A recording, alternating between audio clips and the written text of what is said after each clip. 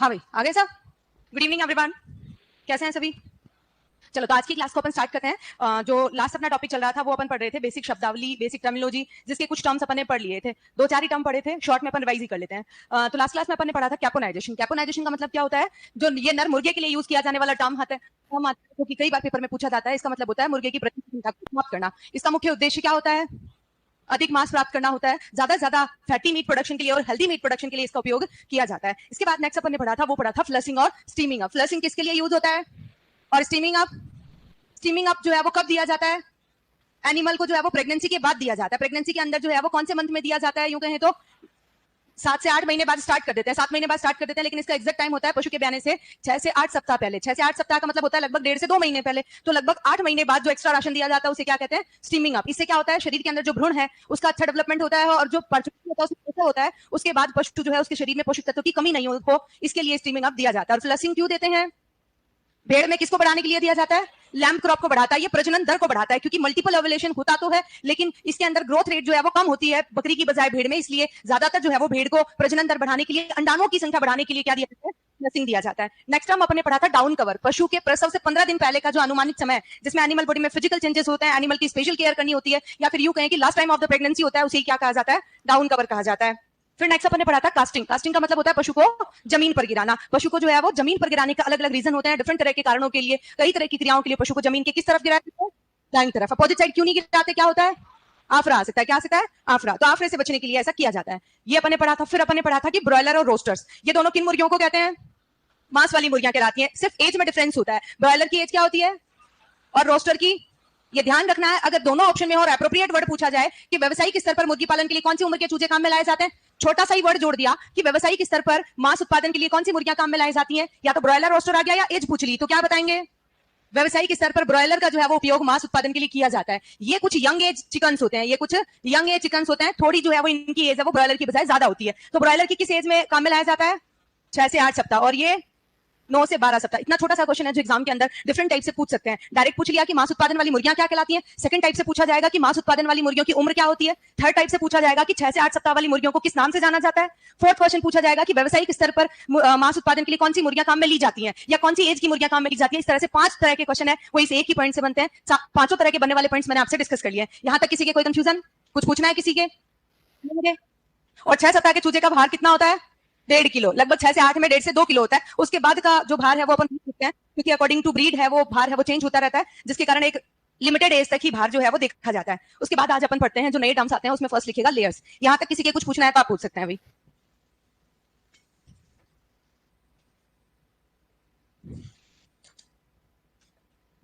फिर लास्ट में मुझे टाइम मत बताना, मैम 7:10 हो गई 5 पर ही, और आते तो 20 पर है। खुद तो 20 पे आते हो। चलो लिखो लेयर्स। पहला वर्ड लिखो लेयर्स। देखिएगा बोर्ड पे। देखो, अपन मुर्गियों को दो ही पर्पस से यूज करते हैं। एक तो अपन मांस के काम में लेते हैं, और दूसरा अपन किस पर्पस से यूज करते हैं? खेती के पर्पस से कोई यूज नहीं है। विशेष रूप से मुर्गियां दो काम से ली जाती हैं। तो मांस वाली मुर्गियों को क्या कहते हैं वो अपन ने देख लिया। अब अपन बात करते हैं जो बची कौन सी, वो अंडा वाली। अंडा देने वाली मुर्गियां हैं वो क्या कहलाती हैं? लेयर्स। बात यहाँ पर पहली तो ये आती है, यही क्वेश्चन पूछा जाता है। दूसरी चीज पूछी जाती है कि इनमें अंडा उत्पादन शुरू कब होता है मुर्गियों में। चाहे किसी भी प्रकार की मुर्गी हो, चाहे देसी मुर्गी हो चाहे विदेशी मुर्गी हो, लगभग 20 से 22 सप्ताह के बाद अंडा देना शुरू कर देती है। 20 सप्ताह का मतलब कितने महीने होते हैं? एक महीने में 4 सप्ताह होते हैं, तो 20 सप्ताह के अंदर लगभग 5 महीने होते हैं, और 20 से 22 है तो 5 से 6 महीने बाद ऑल टाइप्स की पोल्ट्री है वो क्या देना शुरू कर देती है? अंडा देना। इधर देखो, मैं जो समझा रही हूँ पहले वो समझ लो, फिर आपस में समझ लेना। तो यहाँ पर अपन बात करें कि अंडा देने की, जो अंडा देने वाली मुर्गियां हैं वो लेयर्स कहलाती हैं। तो यहाँ पर बात आती है कि लेयर्स जो है, लेयर्स तो अंडा देने वाली मुर्गियां कहलाती है। अरे इतने सारे कहां से निकल के आ रहे हो तुम? ट्रक खाली करा रहे थे क्या, या भरवा रहे थे? टाइम से आया करो भाई क्लास में। 10 जने तो मुझे लगता है क्लास शुरू करने के बाद आए हैं, 10 से 15 जने। हाँ, कहाँ थे अपन? इधर देखो, इस तरह से क्या होता है, बीच बीच में आते तो थोड़ा कंटिन्यूटी भी टूटती है। तो अपन थोड़ा टाइम से क्लास में आए, जो टाइम है, क्योंकि लास्ट क्लास है, वैसे ही बाद में जाकर रेस्ट ही करना है, तो इसलिए थोड़ा सा लास्ट क्लास में ध्यान रखें इस चीज का। लेयर्स के बारे में बात कर रहे थे कि अंडा देने वाली। फिर एक और आ गया। और भी है क्या? कोई बाहर आने वाले है क्या? अभी कुंडी लगा दो उस गेट के।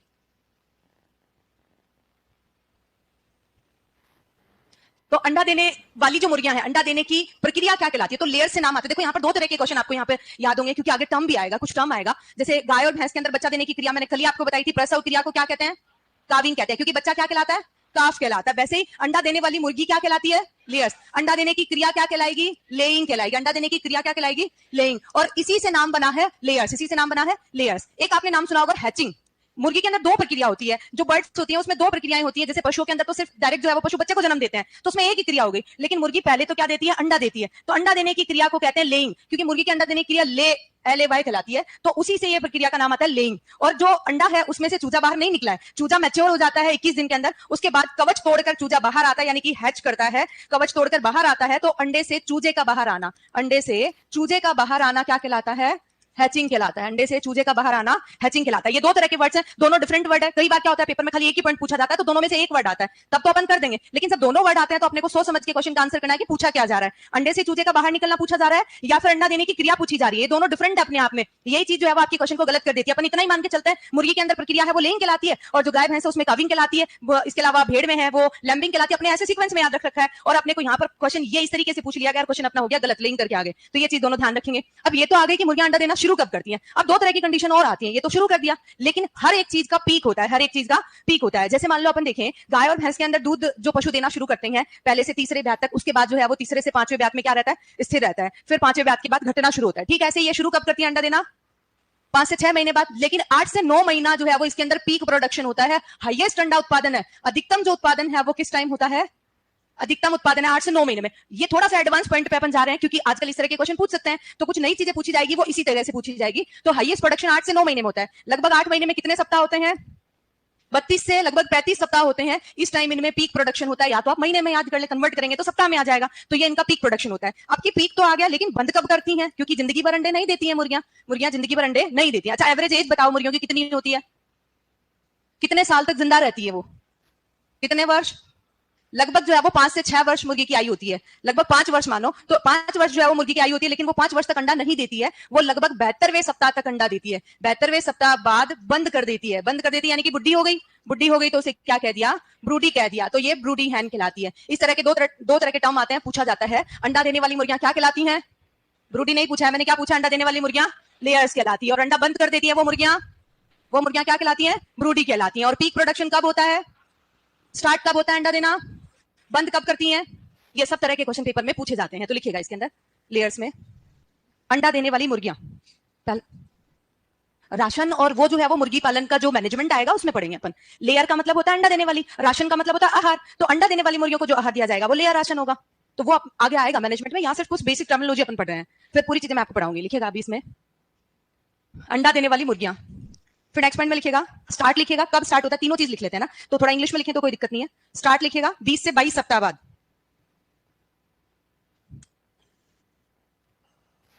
स्टार्ट हो गया 20 से 22 सप्ताह, ब्रैकेट में मंथ भी लिख लो। 5 से 6 महीने कब स्टार्ट होता है? सेकंड पॉइंट में लिखो, ये तो स्टार्ट हो गया। पीक, पीक का मतलब अधिकतम। तो चाहे तो आप मैक्सिमम प्रोडक्शन लिख लो, या अधिकतम लिख लो, या पीक प्रोडक्शन लिख लो। अधिकतम उत्पादन लिखेंगे 32 से 35 सप्ताह में। और अंडे की क्वालिटी भी डिपेंड करती है अंडा देने की स्थिति पर। जैसे स्टार्टिंग में अंडा जो है वो ज्यादा वेट वाला नहीं होता है, कम वेट वाला होता है। फिर जैसे जैसे उसका पीक आता है, तब तक जो है वो अंडे की क्वालिटी ए ग्रेड 60 ग्राम का अंडा, 58 ग्राम का अंडा होता है। इससे पहले कम वेट वाला होता है अंडा। पीक लिखा 32 से 35 सप्ताह, और अगर मंथ में लिखे तो 8 से 9 महीने। ये पीक प्रोडक्शन होता है इसका। नेक्स्ट लिखेगा बंद। थर्ड पॉइंट लिखेगा स्टॉप कब होता है? स्टॉप या बंद? बंद होता है 72वें सप्ताह बाद। लिखा स्टॉप या बंद 72वें सप्ताह बाद। ब्रैकेट में लिख लीजिएगा जो बंद कर देती है मुर्गी अंडा देना उसे क्या कहते हैं? ब्रूडी हैन।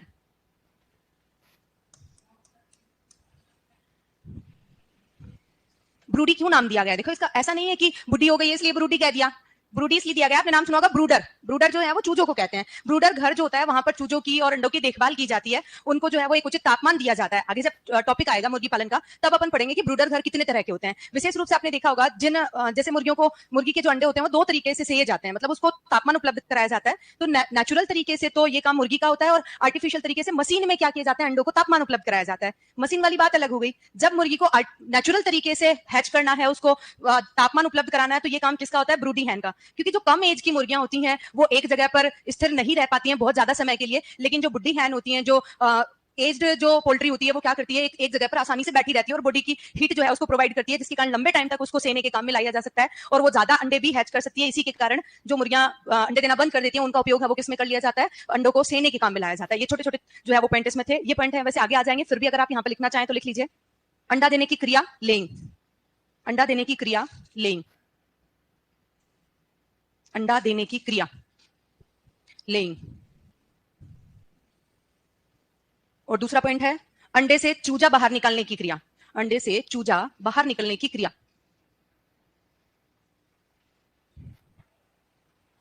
ये है हैचिंग, चूजे के बाहर निकलने की क्रिया है हैचिंग। डन। ये सारी टर्म्स हैं जहां से क्वेश्चन बन सकते हैं, कोई पॉइंट छूटा तो नहीं है। ये वर्ड आ गया अपने लेयर से रिलेटेड। नेक्स्ट अगला वर्ड लिखेंगे ग्रोवर मैनेजमेंट। ऐसे पोल्ट्री में और भी कई तरह के वर्ड्स आते हैं, लेकिन कुछ विशेष टर्म है जो पहले जानना जरूरी है, बाकी की तो डिटेल में पढ़ेंगे। जो पहले जानना जरूरी है वो अपन लिख रहे हैं। तो नेक्स्ट लिखेंगे ग्रोवर मैनेजमेंट। नंबर शायद 17 होगा क्योंकि एक बीच में अपन एक्स्ट्रा ऐड कर दी थी डेफिनेशन, देख लेना आप अपने हिसाब से। देखिएगा ये एक इंग्लिश वर्ड है यहाँ पर जो लिखा हुआ है, हिंदी में अगर इसकी बात करते हैं तो इसे ग्रो का मतलब होता है बढ़ना, बढ़ने को अपन हिंदी वर्ड मीनिंग में कहते हैं वृद्धि। ग्रोवर का मतलब हो गया वृद्धिरत और मैनेजमेंट का मतलब हो गया प्रबंधन।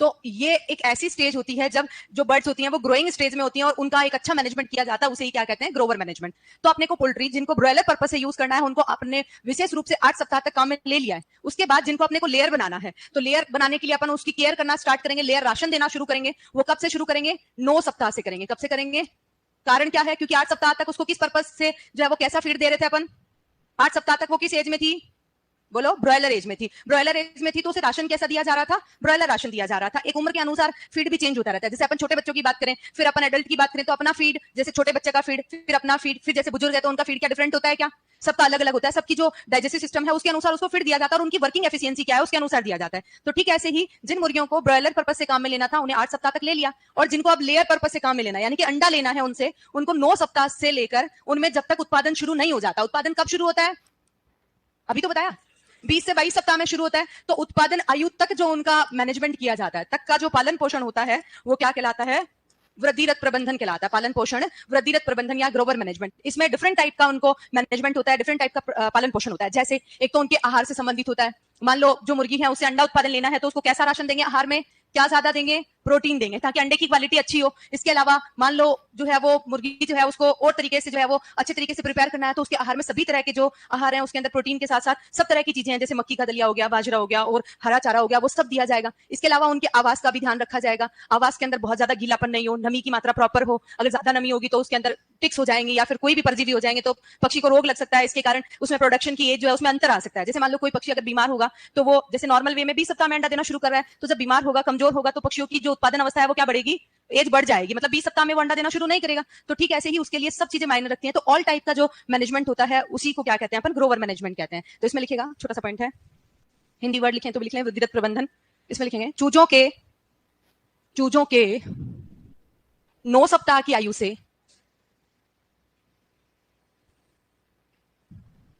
से उत्पादन आयु, 9 सप्ताह की आयु से उत्पादन आयु तक का पालन पोषण, तक का पालन पोषण। लिख लिया, ये छोटा सा पॉइंट था ग्रोवर मैनेजमेंट। उसके बाद नेक्स्ट अगला टर्म लिखेंगे टीजरविल। उत्पादन आयु तक का पालन पोषण, इतना ही पॉइंट लिखना है। अगला नेक्स्ट वर्ड लिखेंगे टीजरविल। देखिएगा इधर बोर्ड पे, डिटेल में तो इन दोनों टर्म को अपन आगे पढ़ेंगे क्योंकि इनकी प्रक्रिया आगे आएगी। यहाँ पर शॉर्ट में अपन जानते हैं कि इनका मीनिंग क्या होता है, बुलक और टीजरबुल का मीनिंग, क्योंकि डायरेक्टली वर्ड यहीं से पूछा जाता है, प्रक्रिया तो बात की बात है। तो टीजरबुल किसको कहते हैं, नसबंदीकृत नर सांड। नसबंदीकृत नर सांड जो है, नर पशु है, वो क्या कहलाता है, टीजर कहलाता है। और जो बधियाकृत नर है वो बुलक कहलाता है। बधियाकृत नर है वो बुलक कहलाता है। और एक और वर्ड आता है बुलक के अलावा, बधियाकृत नर को कहते हैं स्टीर। बस इन दोनों में थोड़ा सा डिफरेंट होता है, होता तो बधियाकृत नर ही है स्टीर भी, लेकिन बुलक जो है वो कब कैसे किया जाता है, इसके अंदर जो मेल एनिमल है, जो नर पशु है, उसके प्रजनन अंग हटा दिए जाते हैं। प्रजनन अंग हटा दिए जाते हैं। प्रजनन अंग क्या होता है, इसमें वृषण होता है, तो वृषण हटा दिए जाएंगे जिससे वो अपने लैंगिक गुण प्रदर्शित नहीं कर पाएगा। उसी को अपन क्या कहते हैं, बधियाकरण प्रक्रिया को, और उस नर को क्या कहते हैं, बुलक कहते हैं। जैसे अपन ने मुर्गे में देखा उसे क्या कहते हैं, कैपान या कैपन कहते हैं। ठीक है, ऐसे ही स्टीर में थोड़ा सा अंतर होता है। अगर थोड़ा डीपली क्वेश्चन अगर पूछा जाता है तो स्टीर से क्वेश्चन आएगा, अदरवाइज बुलक और टीजर बुल तक ही आता है। तो स्टीर की अगर अपन बात करें तो ये भी बदिया कृत नर होता है, लेकिन इसमें ऐसा होता है कि पशु के प्रजनन अंग जब क्रियात्मक हो जाते हैं, प्रजनन अंग जब फंक्शनल हो जाते हैं उसके बाद हटाया जाता है। इसमें किसी भी एज में हटा सकते हैं, नॉर्मली 8 से 10 सप्ताह में हटाते हैं। जबकि यहाँ पर जो है वो प्रजनन अंग क्रियात्मक होने के बाद जो है वो हटाना, प्रजनन अंग क्रियात्मक होने के बाद हटाना क्या कहलाता है? स्टीर कहलाता है। बधियाकरणी दोनों प्रक्रियाओं में प्रजनन अंग हटाए जा रहे हैं, लेकिन ये स्टार्टिंग में हटाए जा रहे हैं और ये जो है वो क्रियात्मक होने के बाद, फंक्शनल होने के बाद हटाए जा रहे हैं, तो वो नर कहलाता है स्टीर। दोनों में क्या अंतर होता है, दोनों में क्या डिफरेंस है जिसके कारण ऐसा अलग अलग समय पर किया जाता है? तो बुल्लक का उपयोग तो कृषि कार्य में उपयोगी बनाने के लिए किया जाता है। किसमें किया जाता है? कृषि कार्य में उपयोगी बनाने के लिए किया जाता है, क्योंकि जब इसकी कम उम्र में ही बदियाकरण कर देंगे तो इसकी एनर्जी स्टोर होगी। एनर्जी स्टोर होगी तो उसका बॉडी वेट, उसका जो बॉडी की एफिशिएंसी है, वर्किंग एफिशिएंसी है, वो अच्छी होगी और उस बुल्लक को जो है वो जो अपने एग्रीकल्चर पर्पस है उसका यूज किया जा सकता है। जबकि स्टीर का उपयोग है वो अधिक मांस उत्पादन के लिए किया जाता है, क्योंकि इसके अंदर प्रजनन अंग क्रियात्मक हो जाते हैं, उसके बाद हटाए जाते हैं, तो उसके बाद जो उसकी एनर्जी है वो डाइवर्ट होकर बॉडी फैट बढ़ेगा तो ज्यादा मांस उत्पादन होगा। बस यही अंतर होता है। जनरल वे में अपन कृषि कार्य और मांस के लिए बुलक का ही पढ़ लेते हैं, लेकिन थोड़ा डीप अगर क्वेश्चन पूछा जाएगा तो ये स्टीर से आएगा। एक आता है टीजर बुल। ये नसबंदीकृत नर क्यों कहते हैं इसको? इसमें नर पशु के प्रजनन अंगों को हटाते नहीं है। यहाँ पर प्रजनन अंग हटा रहे थे, यहाँ पर सिर्फ शुक्राणु वाहिनी नलिका हटाई जाती है। क्या हटाते हैं? वास्ट डिफरेंस जो है वो उसको कट किया जाता है। जैसे मान लो ये इसमें शुक्राणु वाहिनी नलिका होता है, ये पशु में वृषण होता है, तो यहाँ से क्या आता है? इसके अंदर जो है वो स्पर्म आते हैं और यहाँ पर सीमन का प्रोडक्शन होता है। तो सीमन का उत्पादन तो होगा, इसमें वीर्य बन तो रहा है इस नर पशु में, लेकिन अगर इस स्पर्मेटिक कोड को अगर हटा देंगे,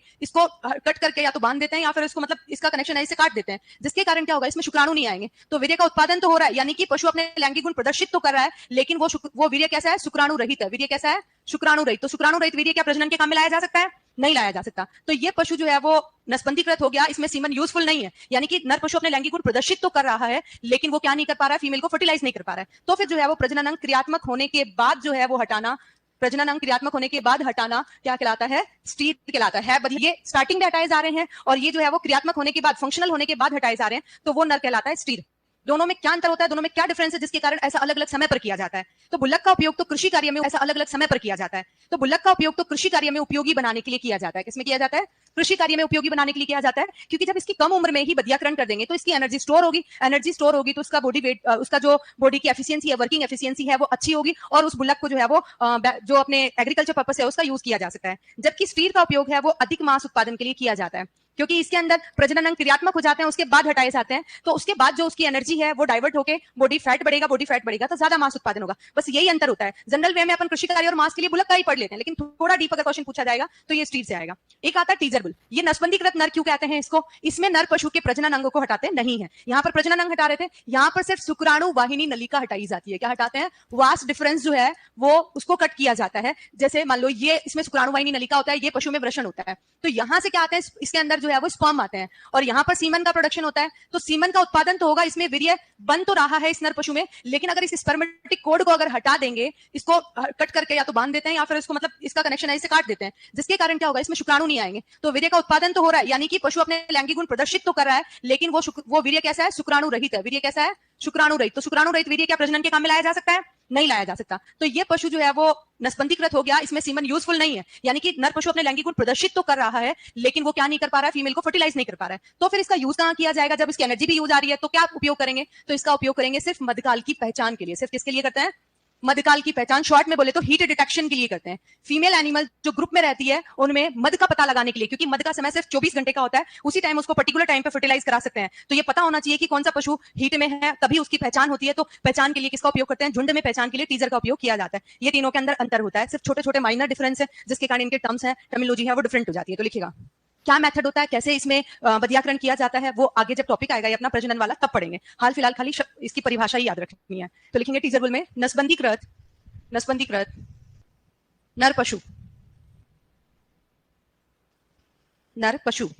उपयोग लिखेंगे इसका क्या है?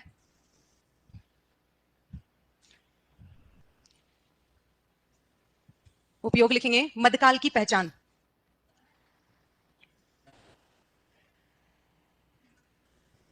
मध्यकाल फीमेल एनिमल में सेक्सुअल डिजायर होती है, उसी की पहचान होती है, उसे ही मध कहते हैं। तो ये पता सिर्फ टीजर बुल के द्वारा लगाया जाता है। लिखिए नेक्स्ट लिखेंगे, अगर इंग्लिश में लिखना चाहे तो हीट डिटेक्शन लिख सकते हैं, वैसे डिटेल में आगे आ ही जाएगा। अगला लिखेंगे बुलक। बुलक कहें, बुलॉक कहें, जैसा भी आपको अच्छा लगे। इसमें लिखेंगे बदियाकृत नर।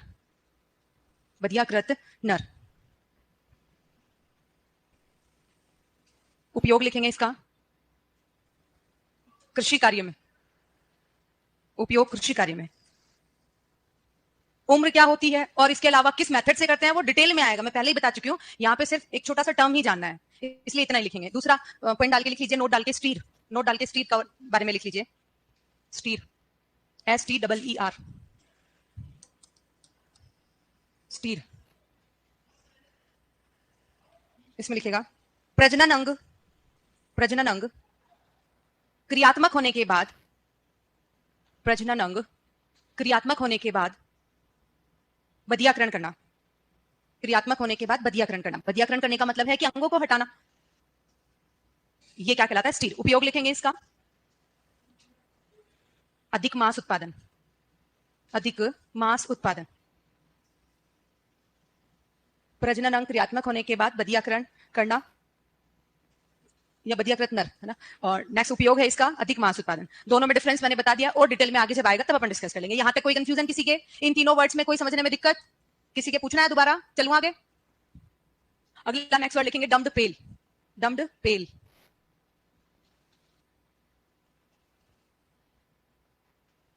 डम्ड पेल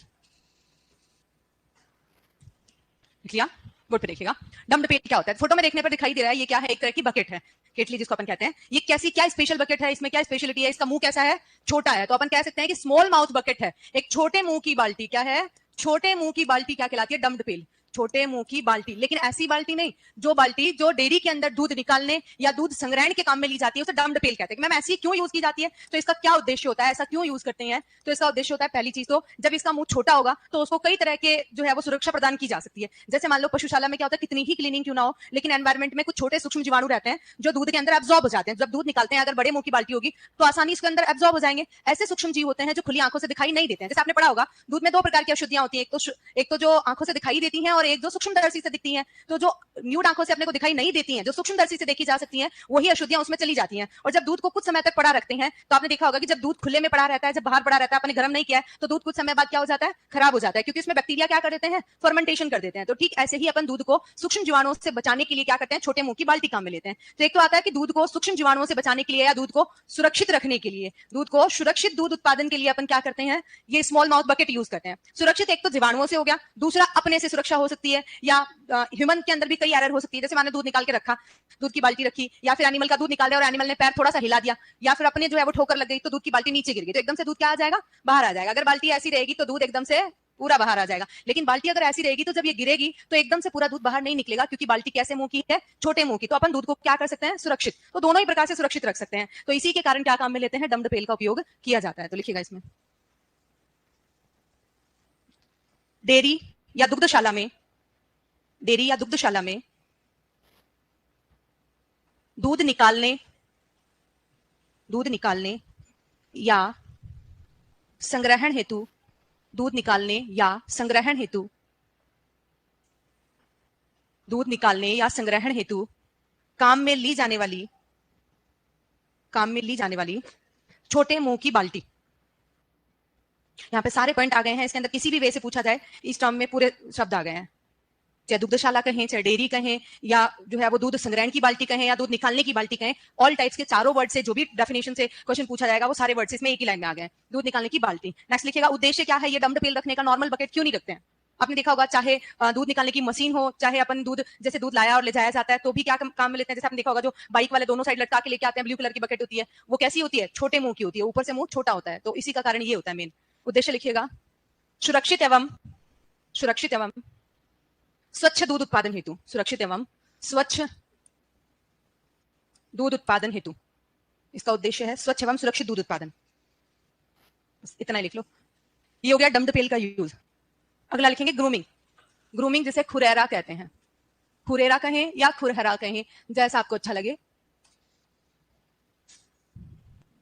ग्रूमिंग या खुरैरा, खुरैरा का मतलब सिर्फ खुरों को साफ करना नहीं है। यहां पर ग्रूमिंग एक इंग्लिश वर्ड है, हिंदी में इसे कहते हैं खुरैरा। बोर्ड पे देखिएगा खुरेरा क्या होता है या ग्रूमिंग क्या होता है। ये पशु के लिए ये वर्ड यूज किया जाता है। नॉर्मली जो पशु होते हैं उसके त्वचा व बाल होते हैं, उनपे जो चिपकी हुई डस्ट और जो अनावश्यक बाल होते हैं उनको साफ करना क्या कहलाता है, या यूं कहें कि ब्रशिंग करना क्या कहलाता है? ग्रूमिंग कहलाता है। तो पशु के त्वचा व बालों को ब्रश से साफ करना, त्वचा व बाल ब्रश से साफ करना क्या कहलाता है? ब्रश से साफ करना ग्रूमिंग कहलाता है। अब ये ब्रश डिफरेंट टाइप के हो सकते हैं और ये प्रक्रिया क्यों की जाती है, तो इसका मेन जो कारण होता है ब्रश से साफ करने का, वो सबसे पहला तो क्लीनिंग होता है। अगर एनिमल को अपन साफ कर रहे हैं तो क्यों कर रहे हैं, ताकि एनिमल क्या रहे, साफ सुथरा रहे। तो पशु को क्या रखने के लिए, स्वस्थ रखने के लिए, पशु को स्वस्थ रखने के लिए अपन ऐसा करते हैं। दूसरा, पशु की अगर बॉडी पर अगर ब्रशिंग किया जाएगा कंटिन्यूअसली, अगर टाइम टू टाइम उसको अपन साफ सफाई करते रहेंगे ब्रश से, तो उसका ब्लड सर्कुलेशन बढ़ता है, तो रक्त संचार बढ़ाने के लिए भी अपन ऐसा करते हैं। दूसरा, जब रक्त संचार बढ़ेगा और साथ ही साथ शरीर पर चिपका हुआ मान लो कोई परजीवी आ गया है, तो परजीवी संक्रमण से भी उससे बचा जा सकता है। परजीवी संक्रमण से बचने के लिए खास तो ये कारण होते हैं, इसके अलावा और सभी कारण होते हैं परजीवी संक्रमण से बचने हेतु। ये रक्त संचार बढ़ेगा, परजीवी संक्रमण से बचेगा, तो पशु ऑलरेडी क्या रहेगा, स्वस्थ रहेगा। और खासकर इसके अलावा और कई तरह के जो अपने को दिखाई नहीं देने वाले बेनिफिट्स होते हैं, जैसे मान लो पशु का अगर अपन दूध निकाल रहे हैं, तो अगर शरीर पर डस्ट लगी हुई होगी तो अनावश्यक रूप से जो अपने को दिखाई नहीं देगी, वो डस्ट धीरे धीरे पशु हिलता डुलता है दूध निकालते समय, तो उसके कारण दूध में गिर जाती है, जो अपने को दिखती नहीं है। तो इस तरह से भी अपन दूध को भी क्या कर सकते हैं, स्वच्छ कर सकते हैं, क्योंकि पशु क्लीन रहेगा तो स्वच्छ दूध उत्पादन होगा और अधिक दूध उत्पादन होगा। स्वच्छ और उत्पादन भी क्या होगा, बढ़ेगा, क्योंकि एक तो स्वस्थ पशु होगा तो दूध उत्पादन ज्यादा होगा। तो ये सब कारण होते हैं विशेष रूप से, इनके लिए अपन क्या करते हैं, पशु में ग्रूमिंग करते हैं। अब ग्रूमिंग करने के जो है वो अलग अलग टाइप्स होते हैं, अलग अलग तरह के ब्रश होते हैं। एक तो हैंड ब्रश होते हैं और एक ऑटोमेटिक रोलर टाइप या स्टैटिक ब्रश होते हैं। तो ये आपको दिखाई दे रहा है, ये रोलर टाइप ब्रश दिखाई दे रहा है। एक हैंड ब्रश होते हैं, जैसे गोल इस तरह से ब्रश हो गया, जो आप कॉम करते हैं हेड पे, वो इस तरीके से ब्रश होता है, हाथ में अंगुली में डाल के ऐसे किया जाता है, या चौकोर टाइप का भी हो सकता है और इस तरीके से उसके ऊपर बने हुए हो सकते हैं। ये ब्रश के जो वायर होते हैं, ये प्लास्टिक वायर भी हो सकते हैं, या फिर थोड़े हार्ड वायर जो है वो रस्सी के बने हुए होते हैं, वो भी हो सकते हैं, जिसमें मूंज की रस्सी आती है, ये इस तरह की रस्सी के भी बने हुए हो सकते हैं, जिससे पशु की क्लीनिंग इजी हो जाती है। एक छोटा सा वीडियो अपन इसका देखेंगे ग्रूमिंग का, पहले इसको लिख लेते हैं। लिखिएगा, पशु के त्वचा व बालों को ब्रश से साफ करना। त्वचा व बालों को ब्रश से साफ करना। उद्देश्य क्या है इसका, सेकंड पॉइंट लिखेंगे, उद्देश्य में लिखेंगे रक्त संचार बढ़ाने। इससे पशु क्या होता है, रक्त संचार बढ़ता है तो पशु हैप्पी रहता है, खुश रहता है विशेष रूप से। तो खुश रहेगा तो ब्लड सर्कुलेशन ऑटोमेटिक रूप से बढ़ेगा और उसके कारण प्रोडक्शन पे भी इफेक्ट आएगा। कोई सीधी सी बात है, अगर अपन उदास रहते हैं तो पढ़ाई कम होती है, लेकिन एक अपन जो है वो खुश रहते हैं तो उस दिन ज्यादा भी पढ़ लेते हैं, कभी कभार क्या होता है पढ़ते भी नहीं है। तो लिखेगा रक्त संचार बढ़ाने, परजीवी संक्रमण से बचने, परजीवी संक्रमण से बचने। बाकी के तो बेसिक चीजें हैं, इन्हीं के कारण सब चीजें बढ़ेगी। स्वच्छ दूध उत्पादन होगा, इसके अलावा अधिक दूध उत्पादन होगा, पशु स्वस्थ रहेगा, वो इसी के पैरेलल चलने वाले पॉइंट है। तो मेजर इसमें ये दो चीज आती है। अगर ये दो आपकी इच्छा है तो लिख लें, अदरवाइज दो से काम हो जाएगा, मेन यहीं से क्वेश्चन बन सकता है। तो ये हो गया ग्रूमिंग से रिलेटेड पॉइंट। एक छोटा सा वीडियो देख लेते हैं अपन ग्रूमिंग का।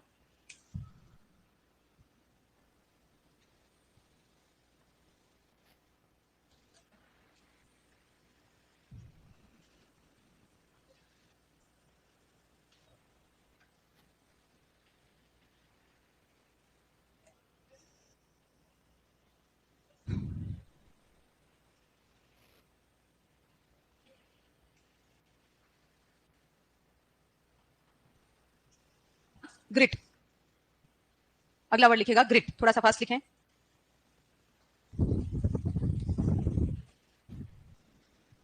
ग्रिट लिखा, देखिएगा इधर।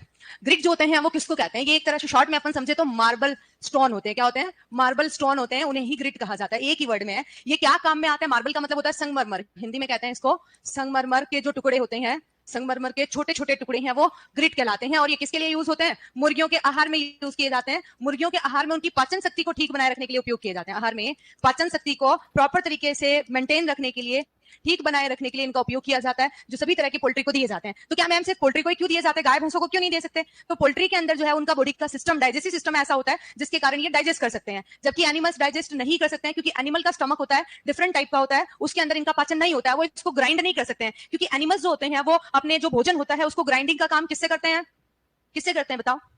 एनिमल्स जो होते हैं जो भी चारा खाते हैं उसको पीसने का काम किसके द्वारा करते हैं, दांतों के द्वारा करते हैं। तो दांतों से क्या मार्बल स्टोन को पीसा जा सकता है क्या? नहीं पीसा जा सकता। अगर पीसा जाता तो अपन नहीं खा लेते हैं, इसलिए कैल्शियम की पुट्टी के लिए अपन नहीं खाते हैं, ना एनिमल्स को खिलाते हैं, ये सिर्फ खिलाते हैं पोल्ट्री को। पोल्ट्री जो होती है उनके शरीर में उनके आमाशय के दो भाग होते हैं और उनके अंदर आमाशय का एक भाग होता है जिसे कहते हैं गिजार्ड।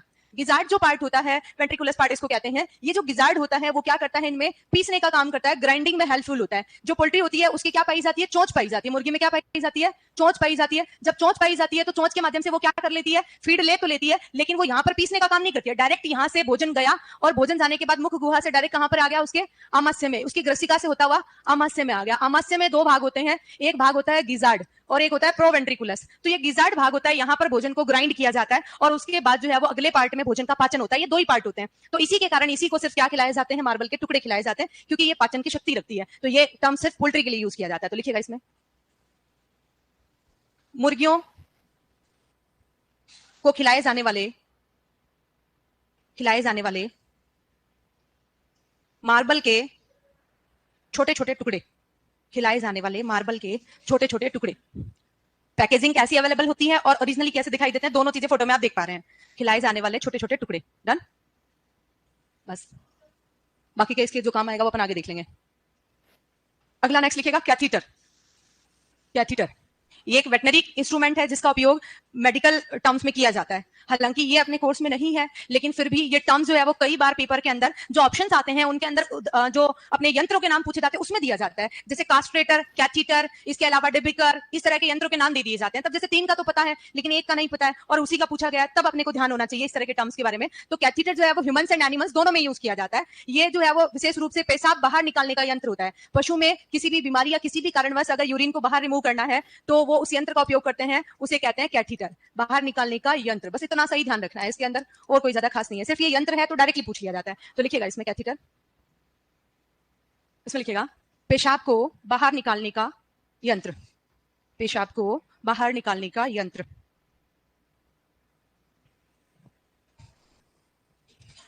छोटा सा टर्म है। कुछ और जो यंत्र है इसी के नाम के जैसे वो भी लिख लें क्या अपन साथ में। वैसे तो 1-2 लिख चुके हैं, कास्ट्रेशन वाला और लिख लो। अगला लिख लो कास्ट्रेटर, इसी से मिलता जुलता नाम है जो अपने को कंफ्यूज करता है। कास्ट्रेटर, कास्ट्रेटर में लिखेंगे बधियाकरण का यंत्र। बधियाकरण का यंत्र, कास्ट्रेटर है बधियाकरण का यंत्र। डिबिकर अपन लिख चुके हैं पहले ही, और डेयरी से रिलेटेड यंत्र हैं जो डेयरी वाले चैप्टर में आ जाएंगे 2-3, ये सिमिलर थे इसलिए यहां पे लिख दिया। अगला नेक्स्ट वर्ड लिखेंगे डैम। डैम का मतलब बांध नहीं है यहां पर। डैम जो है वो किसको कहते हैं, डैम का मीनिंग होता है जो पशु होता है उसकी जो मादा माता होती है, पशु की जो मादा माता है उसे कहते हैं डैम। जैसे जनरल वे में अपन मदर फादर वर्ड यूज करते हैं, लेकिन एनिमल हस्बेंड्री में जो मदर फादर होते हैं उनके लिए डैम और सायर वर्ड यूज किया जाता है। आगे जब मैं टॉपिक आपको पढ़ाऊंगी तब बताऊंगी कि जो नर पशु होता है उसकी जो गुणवत्ता की जांच की जाती है, उसके लिए जो उसकी सारणी जो सूचकांक देखा जाता है उसे सायर इंडेक्स कहते हैं। सायर इंडेक्स क्यों कहा गया है, क्योंकि सायर वर्ड किसके लिए यूज किया गया है, नर पिता के लिए यूज किया गया है। तो माता जो है वो डैम कहलाती है। लिखिए इसमें, सॉरी लिखेगा पशु की मादा माता। जैसे काफ, हीफर, सायर, डैम, ये टर्म से ये पता होना चाहिए अपने को। पशु बोर्ड पे लिखा हुआ है पशु की मादा माता, छोटा सा टर्म है, खाली टर्मिनोलॉजी एक तरह की। और नेक्स्ट लिखेंगे सायर। सायर शायरी बोलने वाला नहीं, ये सायर है, शायर नहीं है। क्या हुआ, लिखा नहीं। सायर देखिएगा, सायर किसे कहते हैं, तो पशु का नर पिता है, पशु का जो नर पिता है वो कहलाता है सायर। यानी कि ऐसे बुल जिनको किसके काम में लाया जाता है, प्रजनन के काम में लाया जाता है, वो क्या कहलाते हैं, सायर कहलाते हैं। और जिनको जिन मादा पशुओं को प्रजनन के काम में लाते हैं उन्हें क्या कहते हैं, डैम, जनरल वर्ड में। वैसे तो टर्मिनोलॉजी के अंदर डैम वर्ड जो है वो किसके लिए यूज किया जाता है, जो फीमेल शिप होती है उसके लिए यूज होता है, लेकिन कॉमन वे में उसको जो प्रजनन वाली मादा है उसको डैम कहते हैं। यहीं पे लिख ले काफ और हीफर, इसी के साथ में आ जाएगा, सेम ही नाम आ जाएंगे। अगला वर्ड लिखिएगा काफ। अगला वर्ड लिखिएगा काफ। बताइएगा काफ किसे कहते हैं, मैं बता चुकी हूं आप लोगों को। काफ क्या होता है, गाय भैंस का छोटा बच्चा होता है, लेकिन किस एज तक छोटा होता है वो। अच्छा, इन दोनों में क्या अंतर होता है। हीफर क्या होता है, हीफर क्या होती है, जवान मादा होती है। अब जवान किस एज में जवान कहेंगे और किस एज में बच्चा कहेंगे। काफ और हीफर में क्या अंतर होता है, किस एज तक, 2 से 3 साल तक एवरेज, और 24 से 36 माह। और ये छोटा सा क्वेश्चन है, छोटा सा टर्म है, पर अपन एनिमल हस्बेंड्री रहे हैं और ये एक जो 4 ही टर्म यूज आते हैं, या तो नर पशु या मादा पशु या बछड़ा या यंग एनिमल, चारों वर्ड है। चारों वर्ड के अंदर अपन ने डैम और सायर तो देख लिया कि मादा और जो नर है वो क्या कहलाता है, लेकिन काफ किस एज तक कहते हैं, वो तो जब उनमें प्रजनन के काम में लाया जा रहा है तब कहलाया जा रहा है, लेकिन ये दोनों किस एज तक आते हैं, इनकी एज में डिफरेंस है जो अपने को याद रखना है, जहां से क्वेश्चन बन सकता है। तो जो पशु का जो जन्म होता है, तो जन्म से लेकर जन्म से 6 महीने तक का जो बछड़ा होता है, 6 माह तक का बछड़ा है वो क्या कहलाता है, बछड़ा या बछड़ी, वो क्या कहलाते हैं, काफ कहलाते हैं। सिर्फ कितने महीने तक उसे बच्चा कहेंगे, 6 महीने तक। देखो एक बार बोर्ड पे, और 6 महीने से लेकर और 6 माह से प्रजनन आयु तक का जो पशु है वो क्या कहलाएगा, हीफर कहलाएगा। ये अपन छोटा सा टर्म ये तो जान लेते हैं, जवान, मादा और बच्चा, लेकिन इनकी एज में से संबंधित क्वेश्चन आता है तो अपने को नहीं आता है, तो ये ध्यान रखिएगा, यहीं पे लिख लो। काफ में लिखेंगे 0 से 6 माह लिख सकते हैं या जन्म से 6 माह, एक ही बात है। जन्म से 6 माह तक का पशु, पशु के अंदर बछड़ा भी आ गया और बछड़ी भी आ गया, जैसे आपको अच्छा लगे वैसा लिख लो। दूसरा लिखेंगे हीफर। आजकल ऐसे ही वर्ड मैच द फॉलोइंग वाले क्वेश्चन में आ रहे हैं कि नर किसे कहेंगे, मतलब पशु की मादा माता, पशु का नर पिता, नवजात बछड़ा, और जो है वो ऐसी मादा जो जिसमें अभी प्रजनन स्टार्ट नहीं हुआ है वो क्या कहलाएगी, या उसकी उम्र क्या होगी, इस तरह के क्वेश्चन है वो मैच द फॉलोइंग में आते हैं। हीफर में लिखेंगे 6 माह से, लिखिए सबने, प्रजनन आयु तक का पशु, जिसमें मादा भी हो सकती है नर भी हो सकता है। 6 माह से प्रजनन आयु तक, ये सिर्फ गाय और भैंस के लिए वर्ड है, भेड़ बकरी के लिए ये लागू नहीं होते हैं, क्योंकि भेड़ बकरी की उम्र में और उनके जो उत्पादन है उसमें अंतर होता है, इसलिए वो जनरल वे में वर्ड यहाँ पर यूज नहीं होते हैं। ये लिखिए। अगला नेक्स्ट लिखेंगे रूमिनेशन। अब नंबर चेंज हो गए हैं डेफिनेशंस के, तो आप अपने हिसाब से डाल देना। रूमिनेशन, रूमिनेशन को हिंदी में कहते हैं जुगाली करना, जुगाली करना। फोटो में सिर्फ फोटो दिखाई दे रही है, जब पशु मुंह को चलाते रहते हैं, मुंह को चलाने का मतलब जो है वो चारा खाने का मतलब जुगाली करना नहीं है। पशु क्या कर लेता है, एक बार बोर्ड पे देखो, पशु चारा खा लेता है, पशु के चारा खाने के बाद, चारा खाने के बाद उसको पुनः मुंह में लाना, खाने के बाद पुनः मुंह में लाना और उसे दोबारा चबाना, मुंह में लाना व चबाना, दोबारा चबाना क्या कहलाता है, जुगाली करना कहलाता है। जब पशु, जैसे मान लो पशु ने जो है वो ये मुंह से चारा खाया, ये पशु का मुंह है, मुंह से चारा उसने खाया, चारा खाने के बाद जो है वो भोजन कहाँ जाएगा, डायरेक्ट जो है वो मुख गुहा से, जो मुख गुहा है उसके अंदर आ जाएगा, मुंह से मुख गुहा में आ जाएगा, वहां से जाएगा वो ग्रसिका में, वहां से जाएगा वो ग्रसिका में, ग्रसिका से भोजन कहाँ चला जाएगा, उसके आमाशय में चला जाएगा।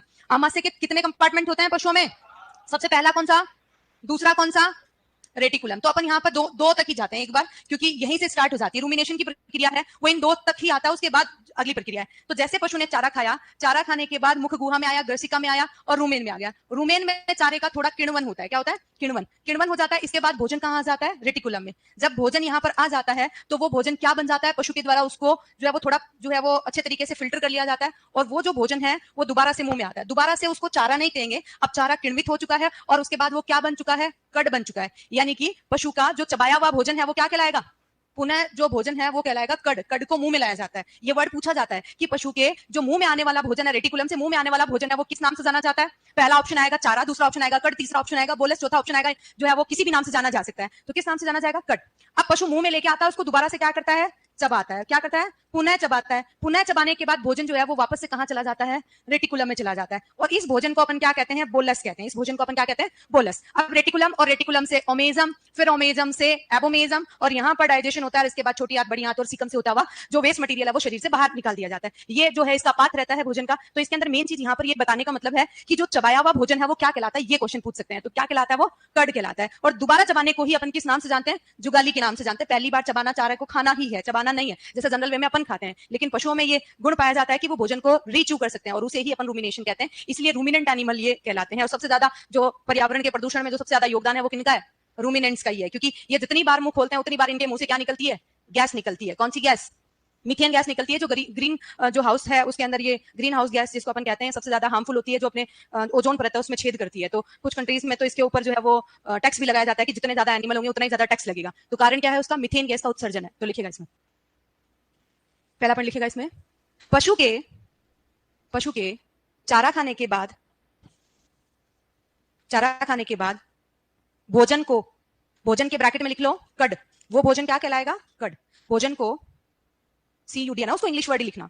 भोजन को पुनः मुंह में लाना, भोजन को पुनः मुंह में लाना व चबाना, पुनः मुंह में लाना व चबाना। ब्रैकेट में लिख लीजिएगा रीचुइंग। पुनः चबाने को अपन क्या कहेंगे इंग्लिश में, रीचुइंग। तो ये इंग्लिश वर्ड है, यहीं से क्वेश्चन बनते हैं। कड हो गया, रीचुइंग हो गया, ये कहलाता है भोजन को मुंह में लाना व चबाना, ये कहलाता है रीचुइंग। यही रूमिनेशन वर्ड कहलाता है। अगला नेक्स्ट वर्ड लिखेंगे शून्य चराई। 2-3 डेफिनेशन ही है, ये आज टॉपिक कंप्लीट हो जाएगा, इसलिए थोड़ा सा लिख लो, 5 मिनट कोई बात नहीं। इसे कहते हैं जीरो ग्रेजिंग। इंग्लिश वर्ड भी जरूर लिखिएगा इसमें, क्योंकि शून्य चराई एक बहुत ही कम यूज किया जाने वाला वर्ड है, ज्यादातर इसको जीरो ग्रेजिंग वर्ड से, इंग्लिश टर्म से ही जाना जाता है। जीरो ग्रेजिंग डेफिनेशन नहीं लिखना है, मैं दूसरे लिखाऊंगी, सिर्फ हेडिंग लिखेंगे। शून्य चराई, इसे कहते हैं जीरो ग्रेजिंग।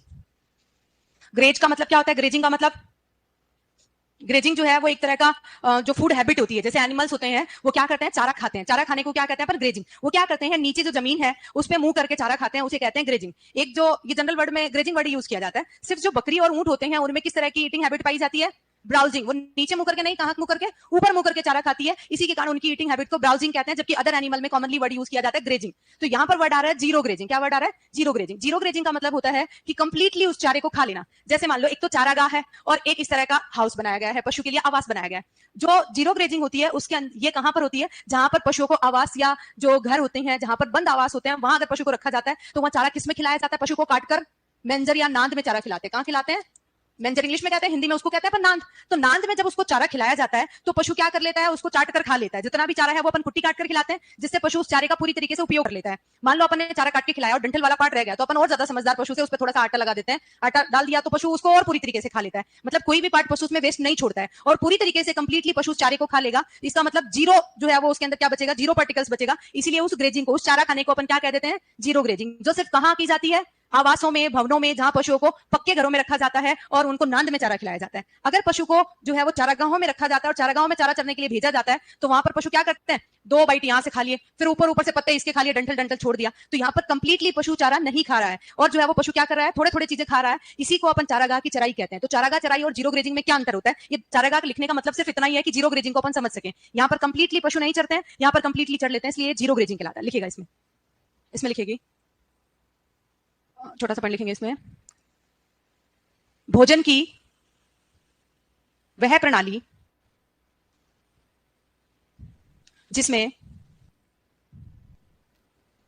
जिसमें पशु आवासों में नांद में, पशु आवासों में नांद में काटकर चारा काटकर या नांद में चारा काटकर खिलाया जाता है। नांद में चारा काटकर खिलाया जाता है, मतलब नांद में खिलाएंगे और काटकर चारा खिलाएंगे तो पूरा खा लेगा। उसे ही अपन जीरो ग्रेजिंग कहते हैं। सिंपल वर्ड्स में अपने लिखा है। एक कुल मिला के उसका कोई भी टर्म किसी भी वे से पूछा जाएगा तो जीरो ग्रेजिंग का मतलब ये है। अगला लिखेगा चारागाह। यहां पे लिखेगा पशुओं के चारागाह, पशुओं के चरने हेतु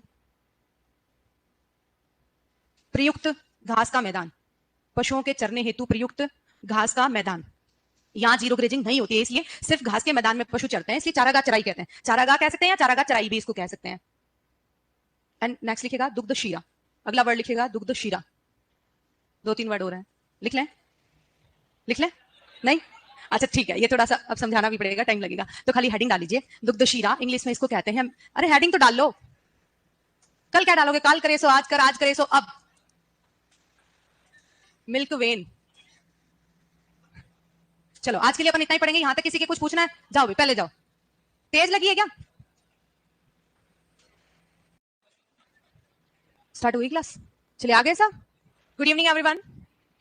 कल तो टेस्ट नहीं था संडे को आपके, जो नेक्स्ट संडे आएगा उसको टेस्ट है, तो उसके क्वेश्चन आएंगे, फिर जो पढ़ा दिया जाएगा उसमें से पूरे में से आएंगे। पीछे हो गई बात? स्टार्ट करें?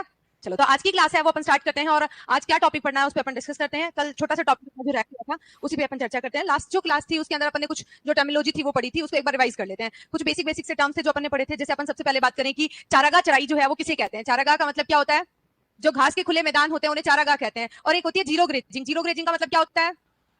जो पशु होते हैं उनको घास को जो है वो खड़ी घास को नहीं चराया जाता है, घास को काटकर उसको कट करके उसको नांद में चारा डाला जाता है, जिसके कारण वो कंप्लीटली उसको खा लेता है। इसी के कारण ग्रेजिंग तो होती है, लेकिन वो कंप्लीट ग्रेजिंग होती है, जीरो ग्रेजिंग होती है, इसीलिए उसे किस नाम से जानते हैं? जीरो ग्रेजिंग के नाम से जाना जाता है। शून्य चराई है, एक हिंदी वर्ड है, इसका डिफरेंस होता है, उसी से जो है वो संबंधित क्वेश्चन या जीरो ग्रेजिंग से संबंधित क्वेश्चन पूछे जाते हैं। इसके अलावा अपन ने कुछ टर्म्स और पढ़े थे जो पोल्ट्री से रिलेटेड पढ़ा था। लेयर्स क्या होती है?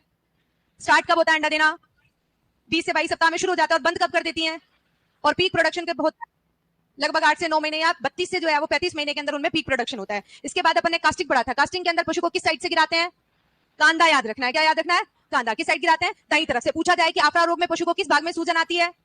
तो अपोजिट साइड में, जिधर से गिराएंगे उसके अपोजिट साइड में सूजन आएगी, क्योंकि उस साइड अपन इसलिए नहीं गिराते हैं बाईं तरफ, क्योंकि वहां पर क्या पाया जाता है? रूमेन पाया जाता है। क्वेश्चन ऐसा पूछ लिया जाए, क्योंकि ऐसा कहीं लिखा हुआ नहीं है कि पशु के आमाशय का रूमेन भाग है वो किस तरफ होता है, किस साइड होता है, तो बाईं तरफ है। ये अंडरस्टूड है, क्योंकि जिस साइड सूजन आएगी उसी साइड तो रूमेन है और रूमेन में ही गैस भरेगी, तो उसी के कारण सूजन आएगी। अंडरस्टूड है कि रूमेन किस भाग में पाया जाता है? बाईं तरफ पाया जाता है। इसके अलावा कुछ टर्म्स और पढ़े थे अपन ने, जिसके अंदर अपन ने ग्रोवर मैनेजमेंट पढ़ा था। ग्रोवर मैनेजमेंट किस एज तक की मुर्गियों का होता है? 9 सप्ताह से लेकर उत्पादन आयु तक का जो पालन पोषण होता है उसे क्या कहते हैं? ग्रोवर मैनेजमेंट कहते हैं। ऐसे कुछ टर्म्स अपन ने पढ़े थे। यहां तक किसी के कुछ पूछना है, कोई कंफ्यूजन है, कोई डाउट है तो पूछ लीजिए भाई। चले आगे। किसी के कुछ पूछना है? नहीं, चलो तो नेक्स्ट अपन आज बात करते हैं दुग्ध शिरा और दुग्ध नलिका या दुग्ध वाहिनी जिसको आप कहते हैं। ये अपन दो टर्म्स आते हैं, दोनों टर्म के अंदर सिर्फ माइनर डिफरेंस अंतर है जिसके कारण अपना क्वेश्चन है वो अपने गलत हो जाता है। दुग्ध वाहिनी या दुग्ध नलिका जिसको अपन कहते हैं, इसके अंदर थोड़ा सा ही अंतर होता है। इंग्लिश में अपन याद रखेंगे तो ज्यादा अच्छे तरीके से याद कर पाएंगे और अपना क्वेश्चन के गलत होने के चांसेस कम हो जाएंगे। और इसका क्वेश्चन है वो जेईटी के पेपर में पूछा जा चुका है, इसके अलावा और भी कॉम्पिटेटिव एग्जाम के अंदर पूछे जाने की संभावना रहती है। क्या इसके अंदर क्वेश्चन बनता है? देखो, दो अलग अलग टर्म आते हैं, दुग्ध शिरा और दुग्ध वाहिनी। इंग्लिश में अपन देखें तो दोनों में लिख दी, ये होती है मिल्क वेन, ये होती है मिल्क वेन, इसको अपन कहते हैं। और एक होती है मिल्क डक्ट। वेन का मतलब होता है सीरा, सीरा जो होती है नस को कहते हैं। एक क्या होती है? नस होती है। रक्त वाहिनी जो होती है वो क्या कहलाती है? मिल्क वे, वो वेन कहलाती है। तो यहाँ पर मिल्क वेन है तो ये रक्त वाहिनी है, लेकिन मिल्क वेन नाम आ गया इसका मतलब ये नहीं है कि इसके अंदर दूध बहता है। ये क्वेश्चन पूछा जा चुका है कि दुग्ध शिरा के अंदर क्या पाया जाता है, दुग्ध शिरा में क्या पाया जाता है और दुग्ध वाहिनी में क्या पाया जाता है। तो ध्यान रखिएगा, ये पशु के अयन की संरचना होती है, यूं कहें कि पशु की ये एनाटॉमी होती है जिसके अंदर मिल्क वेन कहाँ पाई जाती है और मिल्क डक्ट कहाँ पाई जाती है। ये पशु का शरीर है जिसके अंदर ये आप देख पा रहे हैं, यहाँ पर यहाँ से जो है वो पेट के मध्य भाग से जो है ये मिल्क वेन निकलती है। ये अब्डोमिनल वेन जिसको अपन पेट के मध्य में पाई जाने वाली ये शिरा होती है, ये मिल्क वेन कहलाती है। ये कहाँ तक पहुंचती है? अयन तक पहुंचती है। तो पेट से अयन की ओर चलने वाली जो वाहिनी होती है ये रक्त वाहिनी होती है, उसे क्या कहते हैं? मिल्क वेन कहते हैं। अब की फिर मैम दुग्ध वाहिनी कौन सी है? तो जो हमेशा कोई भी वेन होगी उसमें हमेशा क्या बहता है? ब्लड बहता है, उसमें दूध नहीं आता है। क्वेश्चन यही पूछा गया था कि मिल्क वेन में क्या होता है? दूध होता है, खून होता है, या फिर जो है उसके अंदर पानी होता है, या कोई भी चीज पाई जा सकती है। तो इसमें क्या पाई जाती है? हमेशा शीरा के अंदर रक्त ही होता है, सिर्फ दूध वाहिनी के अंदर दूध होता है। इसमें दूध यहाँ पे कहां से आएगा? दूध कहाँ बनता है? अयन में बनता है। दूध कहाँ बनता है? अयन में। ये छोटा है, इसके अंदर संरचना समझ नहीं आ रही है। जैसे अपन यहाँ पर बात करें, मैं अयन के अंदर सिर्फ एक थन की संरचना बना रही हूँ। पशु के अयन का थन जो होता है उसके अंदर की संरचना को कुछ इस प्रकार समझेंगे जिससे अपने को समझ में आएगा कि दुग्ध वाहिनी कहाँ से कहाँ तक होती है। ये थन छिद्र होता है जहां से दूध है वो बाहर निकाला जाता है। ये होती है जिसे अपन कहते हैं थन कुंडिका, इंग्लिश में बोले तो टीट सिस्टान इसको कहा जाता है। और ये थन कुंडिका अयन के अंदर एक गोल या अनियमित आकार की संरचना में खुलती है जिसको अपन कहते हैं, इसको अपन कहते हैं ग्रंथि कुंडिका, इसको अपन कहते हैं ग्रंथि कुंडिका या ग्लैंड सिस्टन। सभी पशुओं के अंदर जो अयन होता है एक थन की संरचना कुछ ऐसी होती है। अब इस ग्रंथि कुंडिका के अंदर 400 से 500 ml जो है वो 500 से 600 ml लगभग आधा लीटर दूध जो है वो क्या रहता है? इसमें संग्रहित रहता है। अब इसमें दूध कहां से आता है? तो इसमें दूध जो आने का माध्यम होता है, जो मार्ग होता है, वो होती है दुग्ध नलिकाएं, वो होती है दुग्ध नलिकाएं। इसके अंदर जो दूध आता है वो दूध नलिकाओं से आता है, ये होती है दुग्ध नलिकाएं, ये इसके अंदर अटैच रहती है। इन दुग्ध नलिकाओं की संख्या एक थन में 12 से लेकर 50 तक होती है, 12 से लेकर 50 तक दुग्ध नलिकाएं होती हैं।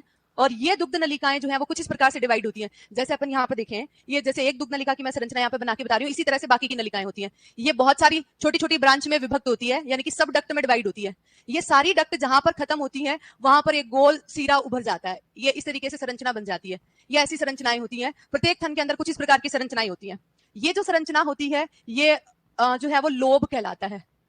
लोब जिसको हिंदी में कहते हैं पाली, इसके अंदर छोटी छोटी एल्वोलाइज होती हैं। ये बहुत सारे लोब्यूल्स का समूह होता है। जैसे एक बड़ा समूह है, इसके अंदर छोटे छोटे लोब्यूल्स होते हैं ऐसे, और इनके अंदर छोटी छोटी एल्वोलाइज होती हैं। इस प्रकार से हर एक जो संरचना होती है उसमें इसी प्रकार की स्ट्रक्चर होती है। ये छोटी है इसलिए मैं इसमें बना नहीं पा रही हूँ, इस तरह की सभी में संरचनाएं होती है। और इनके अंदर ये जो डोटेड पार्ट है इसको अपन कहते हैं एल्वोलाई। दूध कहाँ बनता है? जब माइंड से सिग्नल देता है पशु को।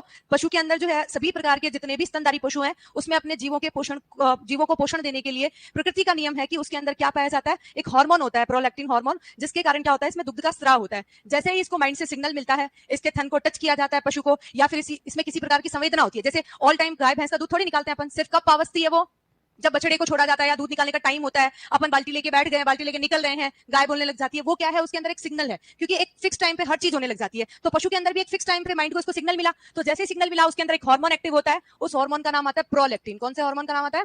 प्रोलैक्टिन। प्रोलैक्टिन हार्मोन के कारण जो है वो क्या होता है? इसके अंदर जो है वो कंटिन्यूअसली दूध बनता रहता है, इन एल्वोलाइज में दूध बनता रहता है। उसके बाद दूध जो है वो कहाँ जाता है? इन सारी एल्वोलाइज से दूध जो दुग्ध नलिकाएं होती हैं वो मुख्य दुग्ध नलिका में छोड़ देती हैं। ये दुग्ध नलिका है, ये क्या है? ये दूध नलिका थी, ये यहाँ पर ये वाली। और यहाँ से जो दूध होता है वो दूध कहाँ पर आ जाता है? इन ग्रंथि कुंडिका में आ जाता है। यहाँ पे दूध इकट्ठा होता है, फिर उसके बाद जो है एक हार्मोन होता है ऑक्सीटोसिन, जब वो सिक्रीट होता है तो दूध बाहर आता है। ये आगे की बात है। अपन यहाँ पे सिर्फ इतना जान रहे थे कि दुग्ध नलिका कहाँ पे है। तो दूध नलिका इसमें क्या कहाँ पर है? इन एल्वोलाइज जो है उनमें दूध बन रहा है वो लोब्यूल से होकर कहाँ आता है? दूध नलिकाओं में आता है। तो ये नलिकाएं क्या कहलाती हैं? दूध नलिका। तो पूछा जाए दूध नलिकाओं में क्या पाया जाता है? दूध पाया जाता है या खून पाया जाता है? समझ में आया कि दूध नलिकाओं में क्या होता है? सिर्फ दूध होता है। कहां से आता है उसमें दूध? एल्वोलाई से आता है। कहां आता है? एल्वोलाई से। उसके बाद दूध को एक ग्रंथि कुंडिका में छोड़ देती है। तो मेन काम तो ये था कि दुग्ध वाहिनियों में या दूध नलिका में क्या पाया जाता है? दूध पाया जाता है। ये जो दुग्ध वाहिनियां होती हैं वो अयन में उपस्थित होती है, अयन में स्थित होती हैं, जबकि दुग्ध शीरा कहां पर होती है? पेट से अयन की तरफ चलती है, ये इसी भाग में होती है, अयन के अंदर नहीं होती है। अयन के अंदर क्या होती है? दूध नलिकाएं होती है। बस यही डिफरेंस होता है। क्वेश्चन सीधा से ही पूछा जाता है कि दुग्ध नलिका में क्या होता है और दुग्ध शीरा में क्या होता है। तो ये पॉइंट लिख लिया था अपन ने, हेडिंग लिखा था दूध शीरा या मिल्क वेन। इसमें लिखो, इसमें लिखो एक रक्तवाहिनी जो पशु के पेट के सुरेश क्या कह रहे हो भाई? अरे यूट्यूब की क्लास थोड़ी है मैं आपके सारे मैसेज के रिप्लाई करूं। व्हाट्सएप पे जिया सर मैसेज नहीं देख रहे तो मैं क्या करूं? मेरे भी नहीं देखते। कोई काम होता है तो मुझे भी उस पर मैसेज करना पड़ता है, वो 3 दिन तक सीन नहीं करते, फिर दोबारा भेजना पड़ता है। तो इसलिए मैं बोल दूंगी एक बार आपके, तो जरूर देख लें। तो कहां थे अपन? अयन से, पशु के पेट से अयन की तरफ चलती है, या थन की तरफ, एक ही बात है ना। पशु के पेट से अयन की तरफ चलती है, जिसमें रक्त या रुधिर होता है।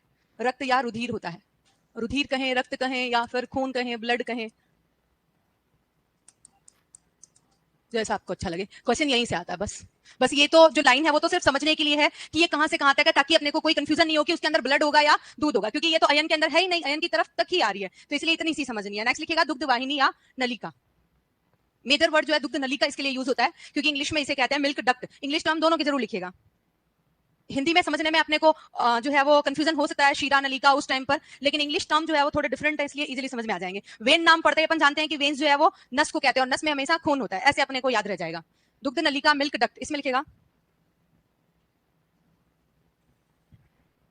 यह अयन में स्थित नलिका होती है, जिसमें अयन में स्थित नलिका होती है जिसमें एल्वोलाई यहां पे लिखा हुआ देख लो, एल्वोलाई इनको कहते हैं कुपिका, हिंदी में कहते हैं एल्वोलाई को कुपिका। एक ही वर्ड लिख लो, आगे अपना डिटेल में आ जाएगा। जिसमें एल्वोलाई से दूध आता है और ग्रंथि कुंडिका में छोड़ा जाता है। एल्वोलाई से दूध आता है और ग्रंथि कुंडिका में छोड़ा जाता है, ग्रंथि कुंडिका में छोड़ा जाता है। इससे पूरा क्लियरिफाई हो गया है, डायग्राम बताने की जरूरत ही नहीं है, सीधा सिंपल सा समझ में आ रहा है कि दूध जो है वो दूध वाहिनियों में बना भी नहीं है, आया है तो कहां से आया है? एल्वोलाई से आया है, और कहां पे चला गया है? ग्रंथि कुंडिका में। सिर्फ इसमें तो क्या होता है, ये एक माध्यम है इसको यहां से यहां तक पहुंचाने का, इतने में इसमें काम हो गया है। तो ये हो गया अपने इसका जो है वो दोनों की डेफिनेशन कि दुग्ध शीरा क्या होती है और दुग्ध वाहिनी या दुग्ध नलिका क्या होती है। नेक्स्ट वर्ड लिखेगा हेलेज।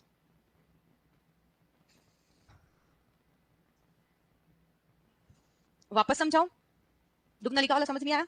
इसमें डेफिनेशन अपन ने ये लिखी है कि पशु के जो शरीर होता है उसके अंदर क्या होती है? दुग्ध नलिका होती है। ये अयन में स्थित होती है, और ये अयन में स्थित होती है, इसके अंदर एल्वोलाई से दूध आता है और कहां पे चला जाता है? ग्रंथि कुंडिका में। इसका मतलब क्वेश्चन इसमें यही पूछा जा रहा है कि दुग्ध नलिका जो है उसके अंदर पाया क्या जाता है, तो अपन ने ये लिखा है कि इसमें दूध आता है, तो इसके अंदर पाया क्या जा रहा है, यही क्वेश्चन यहाँ पे आता है। बाकी की चीज तो सिर्फ समझने के लिए, और डायग्राम से मैंने समझा दिया, शायद आपको समझ आ गया होगा। इतना ही चीज यहाँ पर है। अगला नेक्स्ट लिखेगा हेलेज। हेलेज समझिएगा क्या होता है। आपने वर्ड सुना होगा साइलेज और हे, ये तो सुना है, लेकिन हेलेज एक नया वर्ड है। हालांकि ये नया वर्ड नहीं है, इन दोनों के कॉम्बिनेशन है, इसके अंदर थोड़ा ही डिफरेंस होता है। जैसे हे जो है वो किसको कहते हैं? सूखे संरक्षित चारे को कहते हैं, और हरा संरक्षित चारा क्या कहलाता है? सैलेज। इनमें ज्यादा पॉपुलर हे जो है वो भी क्या होता है? इन दोनों का मिक्सचर होता है, ये भी हरा संरक्षित चारा होता है। लेकिन इसमें क्या अंतर होता है और इनमें क्या डिफरेंस पाया जाता है? इनके अंदर मुख्य रूप से हेलेज और साइलेज जो है वो एक ही प्रकार के चारे होते हैं, एक ही तरह की चीज होती है, सिर्फ इनमें जो नमी होती है उसकी मात्रा के आधार पर इसका नाम हेलेज रखा गया है। हेलेज जो होता है उसके अंदर एक ये हरा सुरक्षित चारा होता है, जिसमें सिर्फ नमी का डिफरेंस होता है। 40 से 50% नमी वाला सुरक्षित चारा हेलेज कहलाता है, जबकि साइलेज कितना प्रतिशत नमी वाला चारा? 60% नमी वाला चारा है वो साइलेज होता है। और हे में कितनी नमी पाई जाती है? 14 से 15% पाई जाती है। ध्यान दीजिएगा, 10 से 15% नहीं होती है। एग्जाम के अंदर जो है वो हमेशा 14 से 15% आता है। अपन एवरेज याद नहीं रख सकते हैं, 10 से 15% सूखे चारों में नमी अपन देख सकते हैं, लेकिन एक्जैक्टली सुरक्षित चारा है जहां पर नमी 14 से 15% याद रखनी है। अभी लास्ट 2 साल पहले जो है वो जेईटी के अंदर क्वेश्चन आया था, सर लास्ट ईयर ही आया था, जिसके अंदर जो है क्वेश्चन के अंदर 18 से 20% नमी था। तो 18 से 20% के अलावा उसमें ज्यादा नमी थी, तो वो क्वेश्चन डिलीट कर दिया गया था। इसलिए ध्यान रखिएगा, इसमें एक्जैक्ट नमी ना तो 10% होती है, ना ही जो है इसमें 18% होती है। इसमें एवरेज 14 से 15% ही याद रखना है। ये 3 डिफरेंस इनके अंदर पाया जाता है। ये जो टर्म्स है वो तो अपन आगे डिटेल में पढ़ेंगे, इसके बारे में एक छोटा सा पॉइंट इतना ही याद रखना है, तो ये लिख लीजिए। हेलेज के अंदर 40 से 50% नमी वाला हरा सुरक्षित चारा, 40 से 50% नमी वाला हरा संरक्षित चारा। डन। ये अपने हो गया हेलेज, साइलेज और आगे नेक्स्ट उसमें पढ़ेंगे अपन। अगला नेक्स्ट वर्ड लिखेगा क्रीप।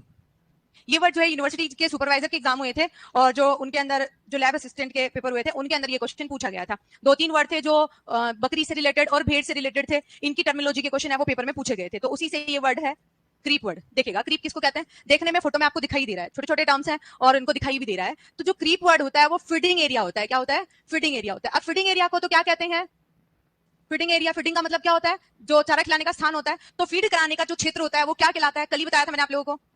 चारा खिलाने के स्थान को क्या कहते हैं, जब शून्य चराई पढ़ाई थी तब बताया था। किसमें चारा खिलाते हैं, नांद को इंग्लिश में क्या कहते हैं, इंग्लिश वर्ड भी याद रखना है, हिंदी में आता है वो पेपर में, मेंजर। क्या कहते हैं, मेंजर। तो चारा तो कि मैम मेंजर में खिलाते हैं, फिर ये क्रीप वर्ड कहां से आया। तो जो बड़े पशु होते हैं उनके लिए तो काम वर्ड यूज किया जाता है नांद, और जो छोटे पशु होते हैं वो आसानी से चारा नहीं खा पाते हैं बड़ी नांद में, तो छोटे पशु जो होते हैं उनको पोषक तत्वों की पूर्ति के लिए जो छोटा फीडिंग क्षेत्र बनाया जाता है उसे क्या कहा जाता है, क्रीप कहा जाता है। ये स्पेशली गाय भैंस के छोटे बछड़े हो गए, भेड़ बकरी और सुअर, इन सभी के लिए छोटा फीडिंग एरिया जो बनाया जाता है इस तरीके से, जिसमें छोटे जो पशु हैं वो आसानी से चारा खा सकते हैं या फिर जो भी उनको खाना खिलाया जा रहा है, क्योंकि जब एक साथ खाना खिलाया जाएगा, चारा खिलाया जाएगा, तो बड़े पशु हैं वो क्या करेंगे, एक साथ मुंह डाल के जल्दी खा लेंगे और छोटा पशु है वो रह जाएगा। इसलिए छोटे पशु के लिए अलग एरिया होता है जिसमें जो गर्दन, देखो यहाँ पर बड़ा पशु होगा तो गर्दन नहीं जा पाएगी, जबकि छोटा पशु आसानी से इसके अंदर गर्दन डाल के चारा खा सकता है। इसी एरिया को अपन अलग टर्म से जानते हैं जिसे क्रीप वर्ड कहते हैं। तो लिखिएगा इसमें छोटे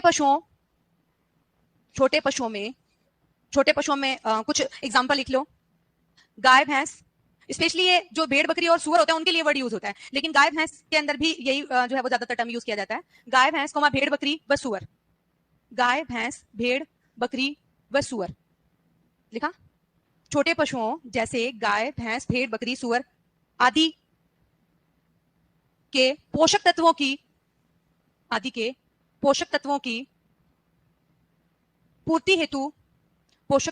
पूर्ति हेतु बनाया गया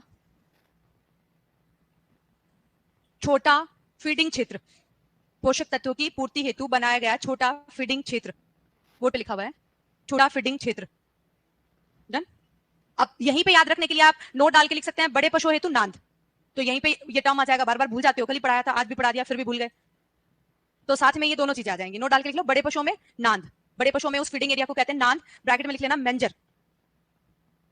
शॉर्ट टर्म्स में लिख लो, सिर्फ लार्ज एनिमल्स के लिए है नांद या मेंजर, तो दोनों के लिए हो गया। यहाँ पर जो हेलेज है वो किसका बनाया जाता है, मैंने कहा सिर्फ नमी का अंतर होता है। जो साइलेज की प्रक्रिया है, जो साइलेज में फसल यूज की जा रही है सेम ही है, खाली नमी के आधार पर इसका नाम हेलेज है, बाकी सारी प्रक्रियाएं सेम है, इसलिए ज्यादा डिटेल इसके बारे में अपने नहीं पढ़ी है। अगला नेक्स्ट वर्ड लिखिएगा ब्लीटिंग। नेक्स्ट वर्ड लिखिएगा ब्लीटिंग। ब्लीटिंग ब्लीडिंग दोनों डिफरेंट होती है, तो यहां पर वर्ड है वो क्या है, वो ब्लीटिंग है। बोट देखिएगा, एक तो वर्ड होता है ब्लीटिंग और एक वर्ड जो होता है वो होता है बेलोइंग।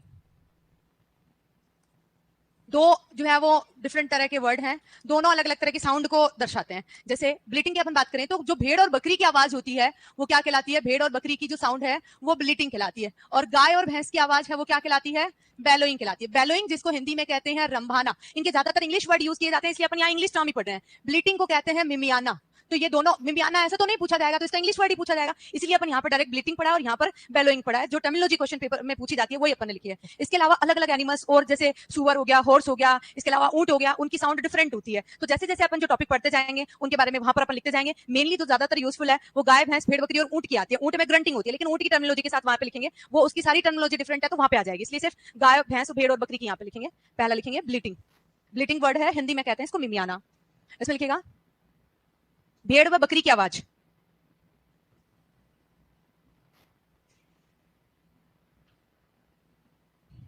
भेड़ व बकरी की आवाज। नेक्स्ट अगला लिखिएगा बेलोइंग। एक वर्ड होता है वेलोइंग, बेलोइंग और वेलोइंग में अंतर होता है। वेलो का मतलब होता है तैरना, और तैरने की प्रक्रिया है वो कौन से पशु में होती है, तो भैंस का चैप्टर आएगा तब दोनों का कंपैरिजन करेंगे। यहां पर सिर्फ साउंड की बात हो रही है तो इन दोनों का अपन ने देखा है। बेलोइंग में लिखेंगे, हेडिंग लिखा, लिखिएगा गाय व भैंस की आवाज, गाय व भैंस की आवाज। अगला वर्ड लिखिएगा एनोरेक्सिया। एक जैसे आपने नाम सुना होगा एनीमिया, लिखना मत एनीमिया, सिर्फ एनोरेक्सिया लिखना, एनोरेक्सिया।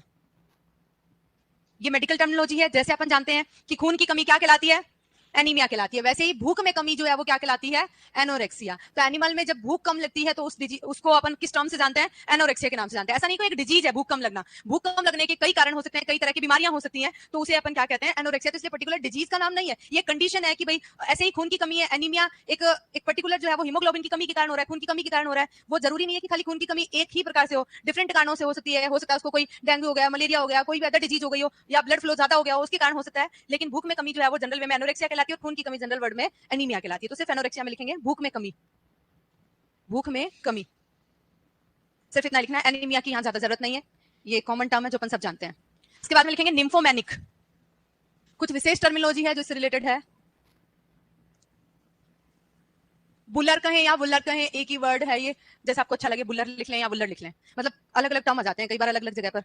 निम्फोमैनिक या बुलर, ये एक तरह की डिजीज का सिम्टम होता है, लेकिन ये डिजीज अपने कोर्स में नहीं आती है। फिर भी कुछ बेसिक चीजें हैं, कुछ बेसिक जो डिजीज हैं उनको अपन पढ़ेंगे, लेकिन ये टर्म जो है वो टर्मिनोलॉजी के अंदर भी यूजफुल टर्म है, यहाँ से क्वेश्चन पूछे जाते हैं। तो ये क्या होता है निम्फोमैनिक या बुलर? तो ऐसी मादा जो हमेशा हीट में रहती है, ऐसी मादा पशु जो हमेशा हीट में रहती है या मद में रहती है, हमेशा हीट या मद में या गर्मी में रहती है, उसी कंडीशन को क्या कहते हैं, निम्फोमेनिया या निम्फोमैनिक कहते हैं। अब ये किस कारण होता है? तो इसके कुछ डिसऑर्डर होते हैं, ये किसी तरह की साइकोलॉजिकल डिसऑर्डर और भी फिजिकल जो है वो डिसऑर्डर होते हैं, जिसके कारण जो है वो एनिमल्स में ऐसा होता है। लेकिन ऐसा नहीं है कि ऑल टाइम इसको हीट में रहती है तो कभी भी प्रजनित कराया जा सकता है, ऐसा नहीं होता है। इसको बार बार पशु को प्रजनित कराने पर भी पशु जो है वो प्रजनित नहीं होता है। तो ये सिचुएशन इसमें होती है, यानी कि बुलर जो है वो प्रजनित नहीं कराया जा सकता। वो मादा पशु जो है वो हमेशा हीट में तो रहती है, लेकिन ये एक तरह का डिसऑर्डर है, इसी के कारण इस डिसऑर्डर को अपन निम्फोमेनिक कहते हैं। और सॉरी, इस मादा को निम्फोमेनिक या बुलर कहते हैं, और इस डिजीज को निम्फोमेनिया के नाम से जाना जाता है। डिजीज क्या है थोड़ा सा अपन डिटेल में जब डिजीज वाला चैप्टर आएगा तब समझेंगे, यहाँ पे सिर्फ इस वर्ड को समझे। जैसे अपन ने बुलक समझा, वैसे ही ये टर्म है, तो इसको लिखेंगे आप यहाँ पे। ऐसी मादा पशु, ऐसी मादा पशु जो हमेशा हीट या मद में रहती है, ये सारे सेम ही टर्म है, बार बार ये टर्म यूज आते हैं। मैंने तो यहाँ पे लिखे हैं, आपको याद हो तो आप एक या दो ही लिख लें। हीट या मद में रहती है, वो क्या कहलाती है, बुलर या निम्फोमेनिक कहलाती है। जैसे बुल्लक अलग वर्ड है और बुलर अलग वर्ड है। बुलर तो कहते हैं मादा जो हीट में रहती है, और बुल्लक क्या है, बदियाकृत नर पशु है, वो बुल्लक है। तो ये थोड़ा सा ही अंतर है क और र का, जितने में अपन ने ध्यान से नहीं पढ़ा और बुलर लिखा हुआ था, अपन सोचे प्रिंटिंग मिस्टेक है इसलिए बुल्लक समझ गए और उसका आंसर कुछ और कर दिया, तो वो क्वेश्चन अपना गलत हो जाता है, ध्यान रखिएगा। इसीलिए ये वर्ड यहाँ पे लिखा है। ये डी टिकिंग तो अपन ने लिख लिया था पहले। तो ये कुछ टर्म्स थे जो इससे रिलेटेड थे, जो मेजर मेजर टर्म्स थे, कुछ मैंने एक्स्ट्रा भी आपको इसमें लिखा दिए हैं जो इनसे रिलेटेड थे, आसपास के टर्म्स थे, वो सारे कंप्लीट होते हैं। इसके अलावा कुछ और टर्मिनोलॉजी बचती है, ऐसे टर्मिनोलॉजी खत्म नहीं होती है, लेकिन जो भी टॉपिक आते जाएंगे वो टॉपिक के साथ में टर्म्स आते जाएंगे। जैसे मुर्गी पालन से संबंधित कई तरह की शब्दावली आती है, जैसे कैंडलिंग आती है मुर्गी पालन में, इसके अलावा खस्सीकरण है वो क्या होता है, इसके अलावा मुर्गी पालन में जो उसकी जो मशीन होती है जिसमें अंडे से जाते हैं, इंक्यूबेशन क्या होता है, इंक्यूबेटर क्या होता है, इसके अलावा उनके अंदर ब्रूडिंग क्या होता है, ब्रूडर क्या होता है, इस तरह के कुछ टर्म्स आएंगे। लेयर राशन किसे कहते हैं, ब्रॉयलर राशन क्या होता है, ये सारे टर्म हैं जो टॉपिक वाइज देखेंगे, वहां पर समझेंगे तो अपन ज्यादा समझ में आएगा, क्योंकि वहां एक दूसरे वर्ड का लिंक रहेगा। यहाँ कोई ज्यादा लिंक नहीं था एक दूसरे के, वो सारे वर्ड अपन ने लिख लिए हैं। इसके अलावा ऐसे ही प्रजनन से संबंधित अलग शब्दावली आएगी। यहाँ मैंने आपको गर्भकाल, मध्यकाल क्या होता है, इसके अलावा मध्यचक्र किसे कहते हैं, ये सारे वर्ड्स नहीं लिखा है। यौवनारंभ क्या होता है, क्योंकि ये सारे वर्ड पर्टिकुलर एक टॉपिक से रिलेटेड है, तो टॉपिक के साथ समझेंगे और उसके पूरे डिटेल लिखेंगे तो वो अपने को समझ में आएगा। इसलिए सारे टॉपिक के साथ में जो वर्ड आते जाएंगे वो अकॉर्डिंग टू टॉपिक लिखते जाएंगे। ये कुछ नए और जो है वो सिंगल वर्ड थे, जो कई तो आगे यूज आएंगे, कई आगे नहीं आएंगे, उनका सिर्फ कुछ पॉइंट्स अपने को समझने होते हैं जहां से डायरेक्ट क्वेश्चन बन जाते हैं। मोस्टली ऐसा होता है कि सुपरवाइजर के पेपर के अंदर जो है वो एक टर्मिनोलॉजी आती ही आती है, एक कोई भी शब्द आ ही जाता है। हालांकि लास्ट ईयर नहीं पूछा गया था, लेकिन ज्यादातर जो है वो पूछा जाता है, इसलिए ये शब्दावली के अंदर से हर बार का पुराने लास्ट पेपर को छोड़ के जितने भी पेपर आप देखोगे तो हर बार आपको एक वर्ड यहाँ से मिलेगा। तो इसलिए ये टर्मिनोलॉजी है वो सबसे ज्यादा जरूरी है एक क्वेश्चन आपका सही करने के लिए। एक एक करके अपन सारे क्वेश्चन हैं वो सही करेंगे, तो उसके लिए सारी चीजें एक एक टॉपिक वाइज पढ़ेंगे। अब अगला जो नेक्स्ट टॉपिक आता है वो अपन स्टार्ट करते हैं। ये टर्मिनोलॉजी वाला टॉपिक यहीं पे खत्म होता है। अब अपन नेक्स्ट टॉपिक पे आते हैं जिसको अपन कहते हैं सिलेक्शन मेथड। नेक्स्ट हेडिंग डालिएगा,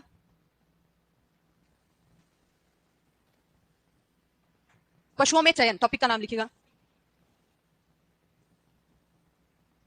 जो सबसे पहली टर्मिनोलॉजी लिखी थी उसी का टॉपिक है।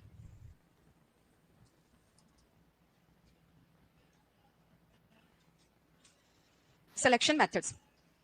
देखो इसका क्वेश्चन भी पेपर में पूछा जाता है, हालांकि एक छोटा सा सिंपल सा टॉपिक है, लेकिन इसका क्वेश्चन भी पेपर में आता है। देखो सबसे पहले जब अपन ने टॉपिक स्टार्ट किया था बेसिक टर्मिनोलॉजी, उसमें पहली जो डेफिनेशन थी वो क्या थी, चयन का मतलब क्या होता है, किसी भी अच्छे पशु का क्या करना, चुनाव करना। अब चुनाव करने के क्या क्या तरीके और क्या क्या विधियां होती हैं, वैसे तो ये दो टॉपिक है। जब अपन एडवांस लेवल पे जाते हैं, पीजी लेवल का जब अपन कोर्स पढ़ते हैं या डब्ल्यूओ का जब पढ़ते हैं या बीएससी के लिए प्री पीजी का जब तैयारी करते हैं, तब अपन इसके अंदर दो तरह की चीजें पढ़ते हैं। एक तो सिलेक्शन के विधियां क्या क्या होती हैं और एक सिलेक्शन के तरीके क्या क्या होते हैं। तरीके डिफरेंट तरीके से हो सकते हैं, जिसमें अग्रानुक्रम, स्वतंत्र चयन स्तर और चयन सूचकांक, ये तीन तरीके आते हैं। लेकिन अपने कोर्स में ये नहीं है, तो इसलिए अपन इस वाले पॉइंट को स्किप करके डायरेक्ट जो इसके मेथड्स आते हैं, जो 5 तरीके आते हैं, उन्हीं को अपन पढ़ेंगे। हालांकि वो इसी के अंडर में आते हैं, लेकिन वो वाली चीजें अपने नहीं है कोर्स में अपने लेवल पर, इसलिए अपन कुछ विशेष जो है वो तरीके अपन देखेंगे। तो चयन जो है वो, इसका मतलब क्या होता है, अच्छे पशु का चुनाव करना।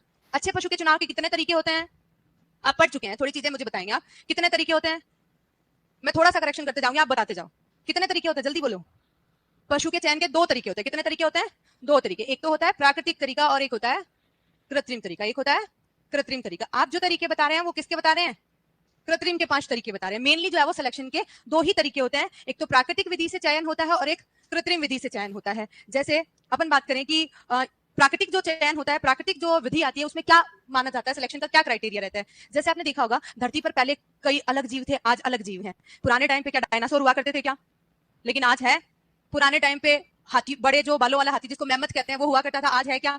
ऐसे कई तरह के जानवर हैं जो पुराने टाइम पे हुआ करते थे लेकिन आज नहीं है, यानी कि धरती पर उनका अस्तित्व नहीं है। वो क्या हो गया है, उनका क्या हो गया है, खात्मा हो गया है। ऐसे ही आज अपन बात करें, अपने यहाँ पर कौवों की संख्या भी कम हो गई है, पक्षी भी जो है जैसे गौरैया चिड़िया है वो भी कम हो गई है। क्यों कम हो गई है, धीरे धीरे करके उनका अस्तित्व कम हो गया है। उनका एक तरीके से क्या हो गया है, वो अपने आप ही जो है वो उनका जीवन समाप्त हो गया है। प्राकृतिक चयन कुछ ऐसा ही है, धरती पर रहने वाले ऐसे जीव जो ज्यादा शक्तिशाली हैं, जो अपने आप में ज्यादा पावरफुल है, वो दूसरे जीव को हानि पहुंचाते हैं, और या फिर दूसरा जीव जो है वो जो कम पावरफुल होता है वो नीचे रह जाता है, या फिर उनकी संख्या धीरे धीरे घटती जाती है और जो पावरफुल है वो बढ़ता जाता है। इस तरह के सिद्धांत को, जैसे पुराने टाइम पे था कि जो इंसान है वो सबसे ज्यादा बुद्धिमान है, तो इंसान ने जो है वो प्रगति कर ली, बाकी के जीव जैसे जंगल में रह रहे थे वैसे ही रह गए, लेकिन इंसान ने आज क्या कर ली, कई तरह की प्रगति कर ली, तो वो अपने आप में सर्वश्रेष्ठ हो गया। ठीक ऐसे ही इस तरह के सिद्धांत को अपन कहते हैं सर्वाइवल ऑफ द फीटेस्ट।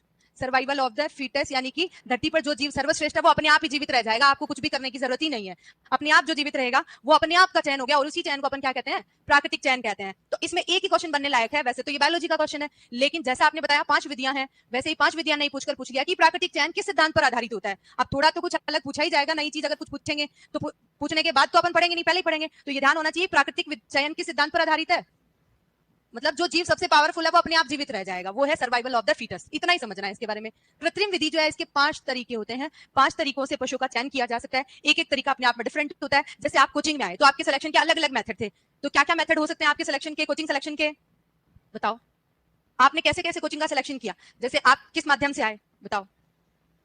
पुराना रिजल्ट देखकर, ठीक है। दूसरा, आपने देखा कि पुराना रिजल्ट अच्छा है इसलिए हम आ गए। फिर आपने देखा कि यूट्यूब पे फैकल्टी अच्छा पढ़ाती है तो आप आ गए, दूसरा कारण। तीसरा और मेथड क्या थे, आपने एक अच्छी कोचिंग की पहचान की, उसके और भी कई कारण हैं, कई तरीके हैं। तो आपने देखा कि यहाँ के नोट्स हैं अच्छे हैं तो हम भी चलते हैं, अच्छा पढ़ाते हैं इसलिए चले आए। तो ये क्या है, या फिर हमने जाके प्रचार किया, या फिर हमने जाके जो है वो क्या किया, बताया कि इतने बच्चे सिलेक्ट हुए हैं, तो आपको लगा कि वास्तव में इतने बच्चे सिलेक्ट हुए हैं तो आप आए। तो आपके सबके अलग अलग तरीके हैं। ठीक है, ऐसे ही पशु चयन के अलग अलग तरीके हैं। अगर अपने को पशु, नर पशु चयन करना है या मादा पशु चयन करनी है, तो उसके भी अलग अलग तरीके होंगे कि किस पशु को भाई कैसे चेक करना है। मान लो अपने को एक जो है दुधारू पशु लानी है, तो उसको अपन देख के ऐसे चयन कर लेंगे क्या कि भाई देख लिया, ठीक है, दिखने में सुंदर है, ले चलो घर पे। और आगे पता चला कि दूध निकाला कि 2 लीटर दूध दे रही है, वो कहते हैं वो लड़की देखने जाते हैं, पता थोड़ी चलता है कि कैसी निकलेगी। फिर पता चला कि वहां दिखने में तो सुंदर थी, लेकिन घर पे आई शादी करके तो पता चला रोटी बनानी नहीं आती। पर आज तो अपोजिट स्थिति हो गई है, लड़कियां देखने जाती है लड़के की, लड़का क्या करता है, कैसा दिखने में है, सरकारी नौकरी है कि नहीं है। देखो लड़कियों से ज्यादा कौन बैठे हैं, क्यों, पैसा चाहिए। पैसे से ज्यादा आज के टाइम पे शादी है, शादी नहीं हो रही इसलिए चला जाता हूँ उदयपुर, चला जाता हूँ तो बीच बीच में सगाई हो जाएगी, फिर शादी कर देंगे। तो वो क्या है, एक अलग अलग तरीके चयन के तरीके हैं। तो वो क्या है, चयन के तरीके। जैसे पुराने टाइम पे क्या होता था, शादी ऐसे थोड़ी होती थी कि नौकरी लगावा नहीं लगावा। पुराने टाइम पे दादाजी बैठे हुए थे तो चौपाल पे कर देते थे शादी फिक्स, भाई तेरे पोते की शादी मेरी पोते के साथ कर देना। वो क्या होता था, एक तरह का चयन का तरीका ही था। आज के टाइम पे देख के चयन करते हैं। तो इसके अलावा और आज के टाइम पे और अलग तरीका हो गया कि सरकारी नौकरी है कि नहीं है, दिखने में चाहे कैसा भी हो। तो वो क्या है, अलग अलग तरीके हैं। वो क्या है, अरे सब पे लागू होता है ना, ऐसे मैं पर्टिकुलर यूं बात नहीं कर रही हूँ। तो वो क्या है, अलग अलग तरीके होते हैं। तो इसी के कारण सेम, अब पॉइंट पे आ जाओ, इधर आ जाओ, आप वहां कहाँ चले गए। तो ये कृत्रिम विधि जो है वो पशु के चयन के अलग अलग तरीकों से चयन की जाती है। तो इसके 5 तरीके कौन कौन से होते हैं, कैसे पशु का चयन कर सकते हैं, इनके बारे में अपन पढ़ेंगे। तो फर्स्ट आप लिखेंगे इसके अंदर, इसकी 2 विधियां हैं, पहला पॉइंट लिखेंगे, इसकी 2 विधियां हैं। देखो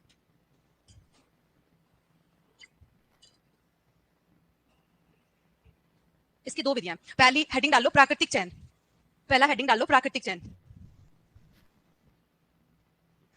हालांकि जब अपन पढ़ते हैं तो सीधे 5 विधियां यूं पढ़ते हैं, तो अपन ये जो पॉइंट है वो हाइड रह जाता है और अपने को पता भी नहीं चलता है। क्वेश्चन आता है तो अपन पूछते कहां से आया, फिर पता चलता है अरे इस चैप्टर में एक छोटी सी लाइन थी जिसमें लिखा हुआ था, वहीं से क्वेश्चन आ गया। तो ये इसलिए ये याद रखने वाला पॉइंट है। प्राकृतिक चयन में लिखेंगे यह है survival of the fittest. Heading sorry, इसके अंदर स्पेलिंग लिखी हुई है, समझ आ रही है? दोबारा लिखूं? इतनी गंदी राइटिंग थोड़ी है।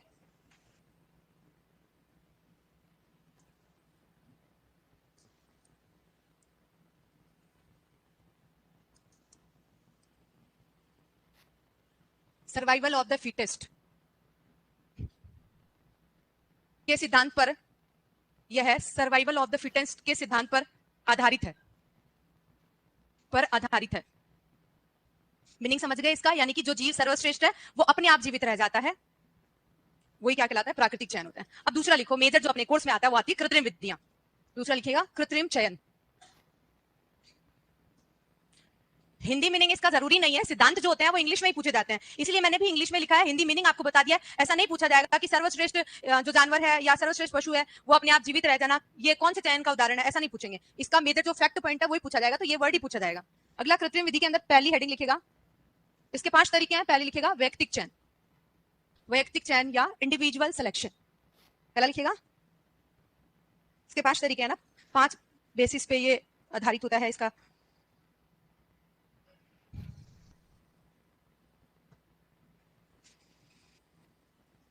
इसी के दूसरे वर्ड्स हैं, दूसरे नाम है, वो भी लिख लीजिएगा। समूह चयन, इसको इंग्लिश में कहते हैं मास सिलेक्शन, या फिर दूसरा नाम है पशु दृश्य चयन, इसे इंग्लिश में कहते हैं फिनोटाइप। फिनोटाइप इंग्लिश नाम है लेकिन ज्यादातर हिंदी में पूछा जाता है, तो इसलिए मैं हिंदी वर्ड लिख रही हूं यहाँ पर। आप चाहें तो इंग्लिश भी लिख सकते हैं, या है ना, या आप इंग्लिश हिंदी में से जो आपको अच्छा लगे वो लिख लेना। फिनोटाइप लिखा हुआ है, ये जो आपको अच्छा लगे हिंदी या इंग्लिश लिख लेना। इसी के ही ये सारे नाम है, व्यक्तिक चयन या समूह चयन या पशु दृश्य चयन। हिंदी में ये नाम है, इंग्लिश में बोले तो फिनोटाइप, मास सिलेक्शन या इंडिविजुअल सिलेक्शन। देखिएगा, लिख लिया सबने नाम? हो गया सबके? चलिए इधर देखिए, यहां पर पता चल रहा है व्यक्तिक का मतलब, इंडिविजुअल का मतलब एक एनिमल या एक व्यक्ति के द्वारा पशु को क्या करना, चुनाव करना, क्या कहलाता है? व्यक्तिक चयन कहलाता है। इससे क्या कर सकते हैं, किसी एक पशु का चुनाव भी किया जा सकता है या फिर समूह में भी पशु का चुनाव कर सकते हैं। जैसे यहां पर कहा जाए कि क्लास में जितने स्टूडेंट बैठे हैं, क्या सिर्फ फर्स्ट रैंक वाला ही सुपरवाइजर बनेगा? क्या नहीं बनेगा, एक से ज्यादा बन सकते हैं। यानी कि एक ही भर्ती के अंदर सिर्फ एक का फर्स्ट रैंक वाले का ही सिलेक्शन नहीं होता है, उसमें मास सिलेक्शन होता है। तो उस तरह के सिलेक्शन को अपन क्या कहते हैं? मास सिलेक्शन कहते हैं। पर्टिकुलर एक का भी हो सकता है, मान लो कट ऑफ ही एक ने क्लियर की तो सिलेक्शन कितनों का होगा? एक का ही होगा। मान लो एक से ज्यादा ने कट ऑफ क्लियर की तो सिलेक्शन किनका होगा? ज्यादा का होगा। तो इस प्रकार से इस चयन के अंदर एक या एक से अधिक पशुओं का अपन चुनाव कर सकते हैं। और किस बेस पे करते हैं, किस आधार पर करते हैं? तो पशु को क्या करते हैं? दृश्य का मतलब देखकर करते हैं। देखना किस प्रकार से देखना होता है, तो ये वर्ड आप जान रहे हैं फिनोटाइप। एक आपने नाम सुना होगा जीनोटाइप, एक नाम सुना होगा जीनोटाइप। जीनोटाइप का मतलब जीन्स के कैरेक्टर, क्या देखा जाता है? जीन्स देखे जाते हैं। और एक यहाँ पर फिनोटाइप, ये जीनोटाइप का मतलब होता है आंतरिक गुण, जीनोटाइपिक का मतलब आंतरिक गुण या जो जेनेटिक कैरेक्टर है वो। और यहाँ पर फिनोटाइप का मतलब बाहरी गुण, बाहरी जो देखने में कैसा है वो गुण। तो बाहरी गुणों के आधार पर, तो यहाँ पर फिनोटाइप वाला मेथड है या फिर जीनोटाइप वाला है?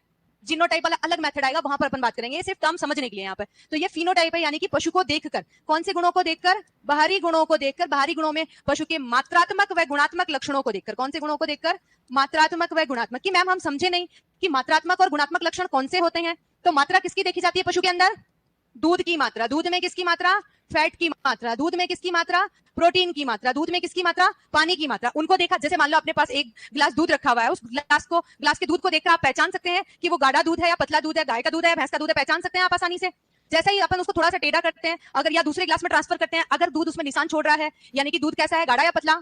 गाढ़ा। इसका मतलब निशान आ रहा है, तो वो गाढ़ा दूध गाय का होगा कि भैंस का होगा? भैंस का होगा। तो अपन पहचान सकते हैं। अगर मान लो भैंस का दूध है, भैंस ही देख रहे हैं, लेकिन दूध जो है वो कोई निशान नहीं छोड़ रहा है, तो क्या पता चला? दूध में क्या मिलाया गया है?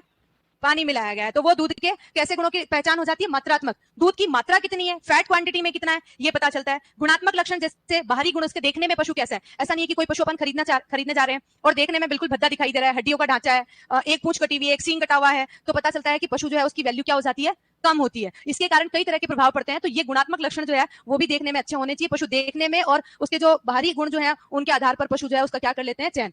इस आधार पर अपन एक से ज्यादा पशुओं का चुनाव कर सकते हैं, इसीलिए इस मेथड को समूह चयन या फिर एक का चयन कर सकते हैं, इसलिए इंडिविजुअल। और इसमें सिर्फ देखकर चयन करते हैं, इसलिए पशु दृश्य चयन इसको कहा जाता है। तो ये इसके अंदर आने वाला पॉइंट है। तो एक ही पॉइंट याद रखना है। तो लिखेगा, इस विधि में पशु के महिपाल इंग्लिश का हिंदी ट्रांसलेशन मत करो, हिंदी ट्रांसलेशन बहुत ही गड़बड़ होता है।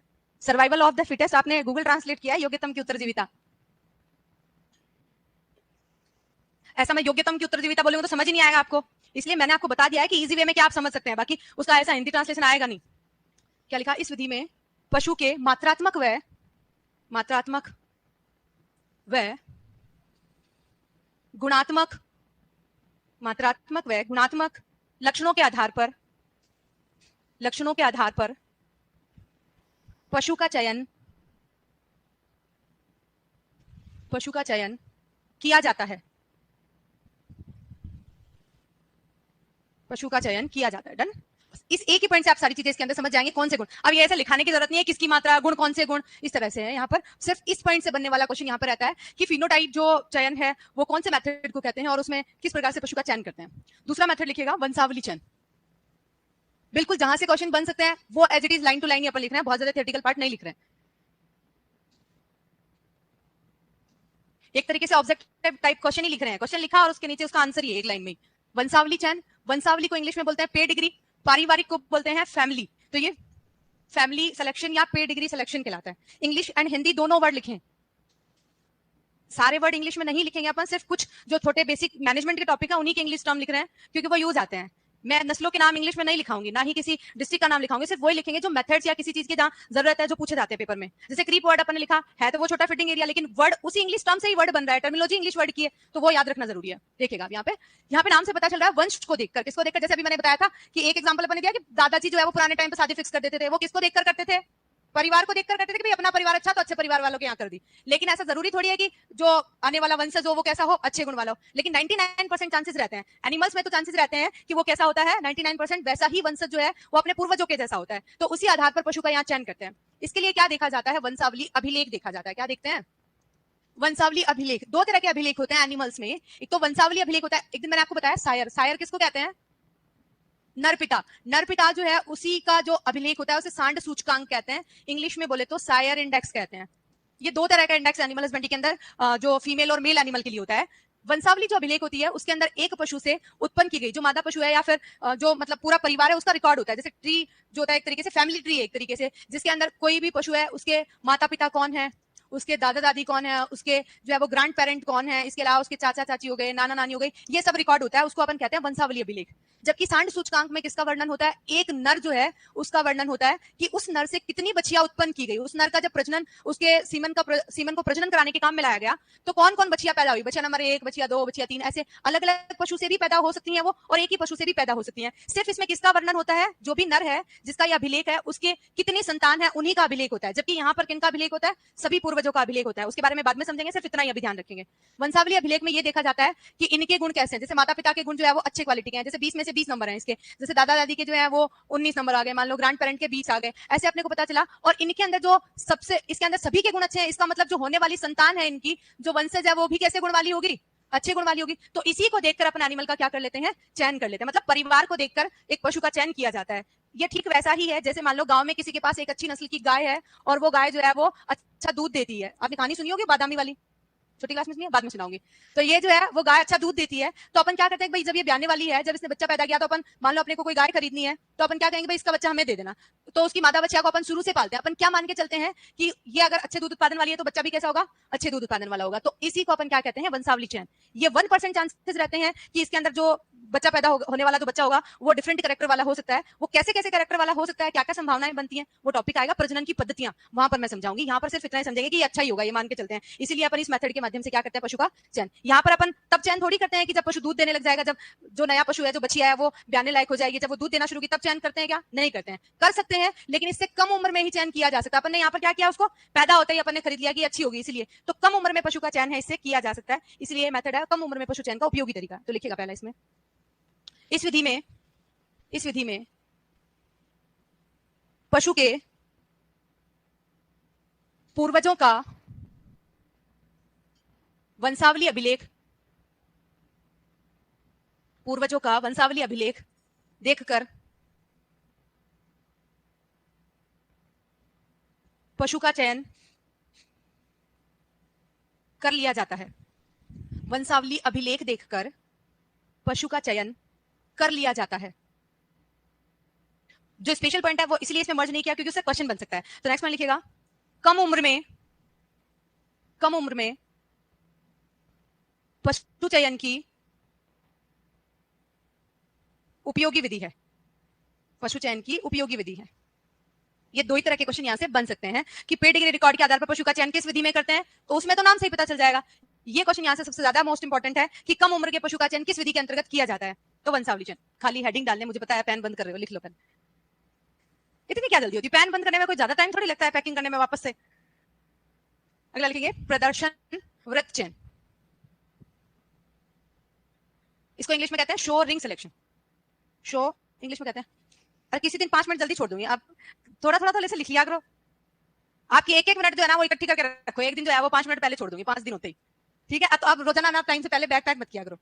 लिखो शो रिंग सिलेक्शन। ठीक है, इसके बारे में अपन नेक्स्ट क्लास में पढ़ेंगे। यहां तक किसी के कुछ पूछना है?